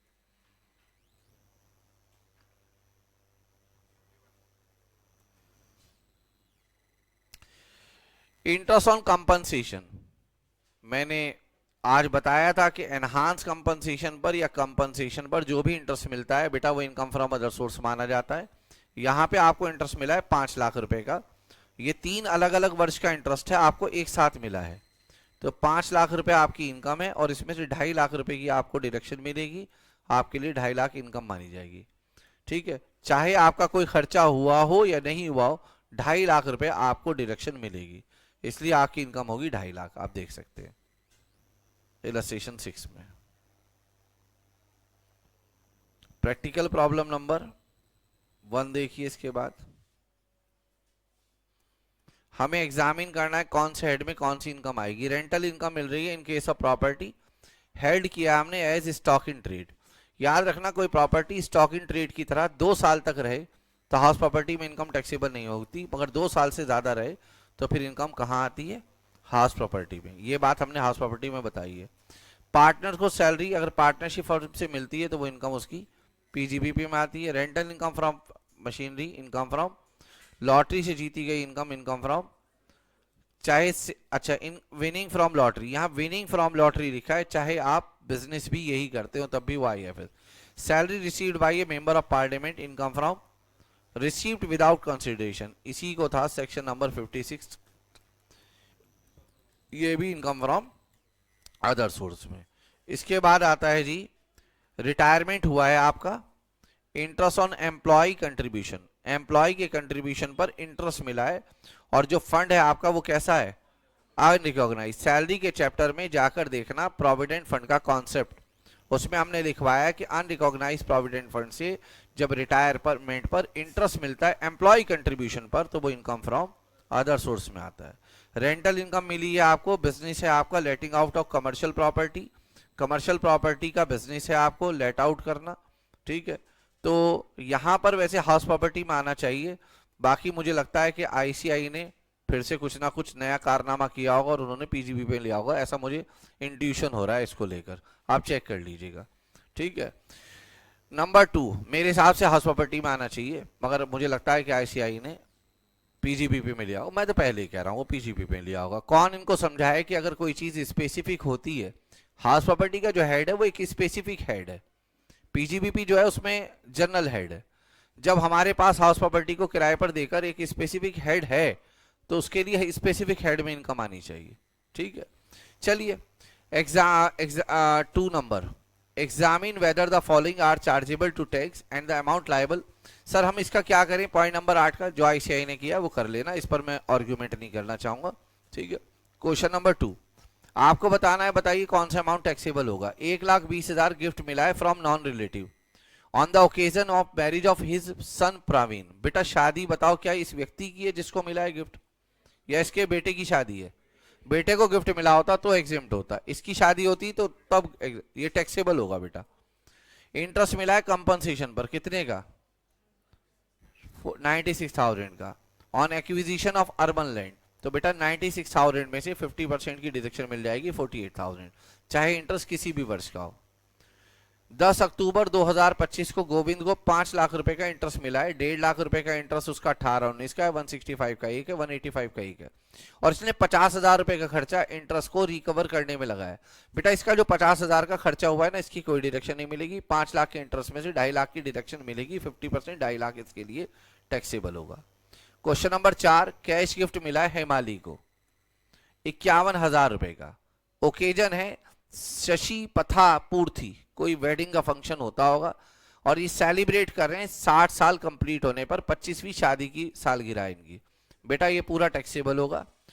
इसी ओकेजन पर इनको एक डायमंड नेकलेस मिला है 2 लाख रुपए का इनकी सिस्टर से, तो सिस्टर तो रिलेटिव होती है, सिस्टर जब मर्जी गिफ्ट दे सकती है बेटा, है ना। रिश्तेदार को शादी का मौका नहीं देखना है, रिश्तेदार कभी भी गिफ्ट दे सकते हैं, ठीक है।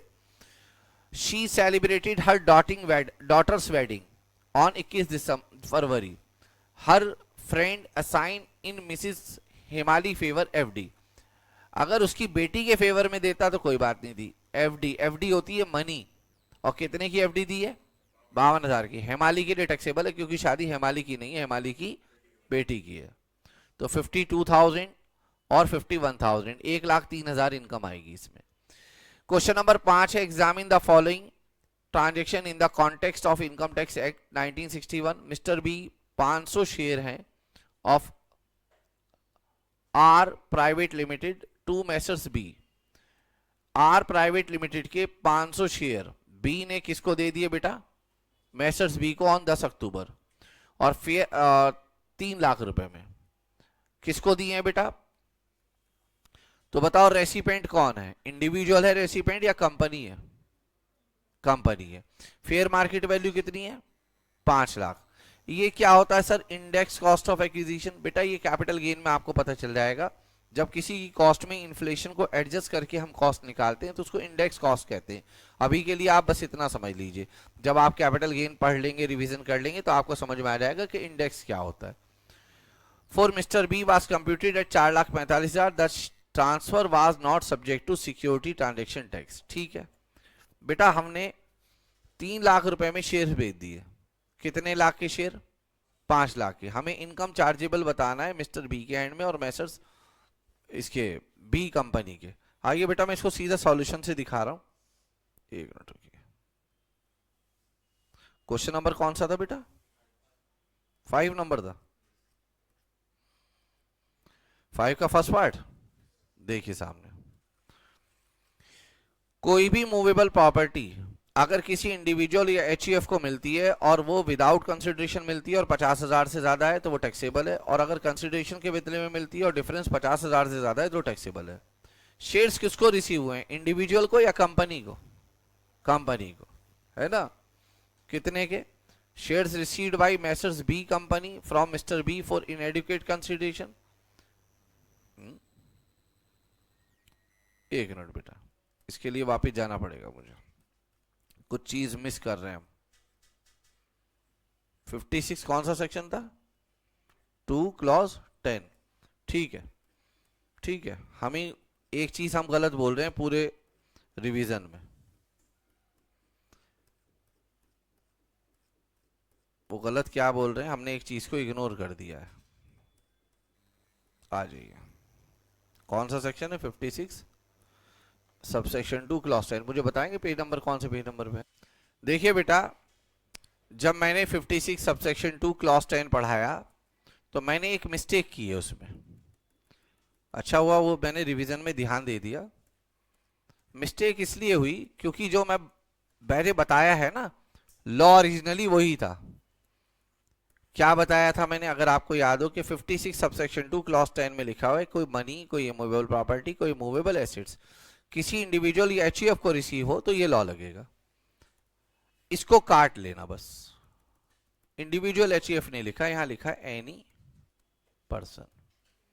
अगर आप 1-2 वर्ष पहले देखें तो यही वर्ड लिखा है यहां पर, इंडिविजुअल और एचयूएफ। इसलिए हमसे यहां लॉ लिखने में गलती हो गई क्योंकि हमारी जबान पर यही चढ़ा हुआ है इंडिविजुअल एचयूएफ, इंडिविजुअल एचयूएफ। ठीक है, तो यहां पर एनी पर्सन लिखा है, ये हमारी मिस्टेक थी बेटा। आज हमने रिवीजन में भी इंडिविजुअल और एचयूएफ बोल दिया, जबकि है एनी पर्सन। तो कोई भी बनी, कोई भी मूवेबल प्रॉपर्टी किसी भी पर्सन को रिसीव हो। और ओरिजिनली ये लॉ, ऐसा नहीं कि मैंने गलत बोल दिया इसलिए ऐसा बोल रहा हूं, नहीं, ऐसा नहीं है। ओरिजिनली ये लॉ इंडिविजुअल और हिंदू अनडिवाइडेड फैमिली के ही लिए रहा है। अभी ये रिसेंटली ही चेंज हुआ है, मगर मैं ये नहीं कह रहा हूं कि ये 2025-26 की अमेंडमेंट है, नहीं बेटा, पहले आ गई है 24-25, आई थिंक 23-24 में आ गई अमेंडमेंट। मगर मेरी जबान पे वही चढ़ा हुआ है इंडिविजुअल एचयूएफ, इसलिए मैंने इंडिविजुअल एचयूएफ लिख दिया। ठीक है, तो यहां एनी पर्सन वर्ड आएगा, ये हमारी मिस्टेक थी। आइए इस मिस्टेक को हमने सही कर लिया। अब आ जाइए वापस। अब वो क्वेश्चन में देखिएगा, जो क्वेश्चन हम कर रहे थे अभी, क्वेश्चन नंबर कौन सा था बेटा? 5। उसमें बेटा वो कंपनी को मिले थे शेयर्स, आई थिंक, है ना?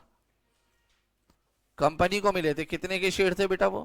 आप देखिएगा, ध्यान दीजिएगा।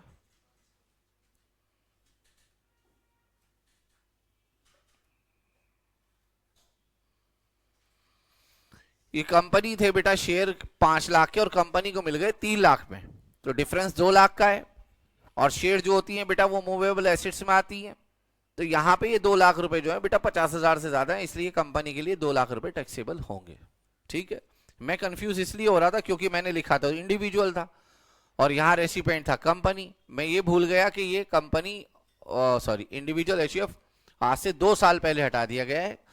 और ये मत समझना ये अमेंडमेंट है, कभी ये गलत कोई मीनिंग निकाल लेना, कोई अमेंडमेंट है, मेरे से गलती हो गई थी, वो मैंने ठीक कर दी है। ठीक है, इधर देखिए,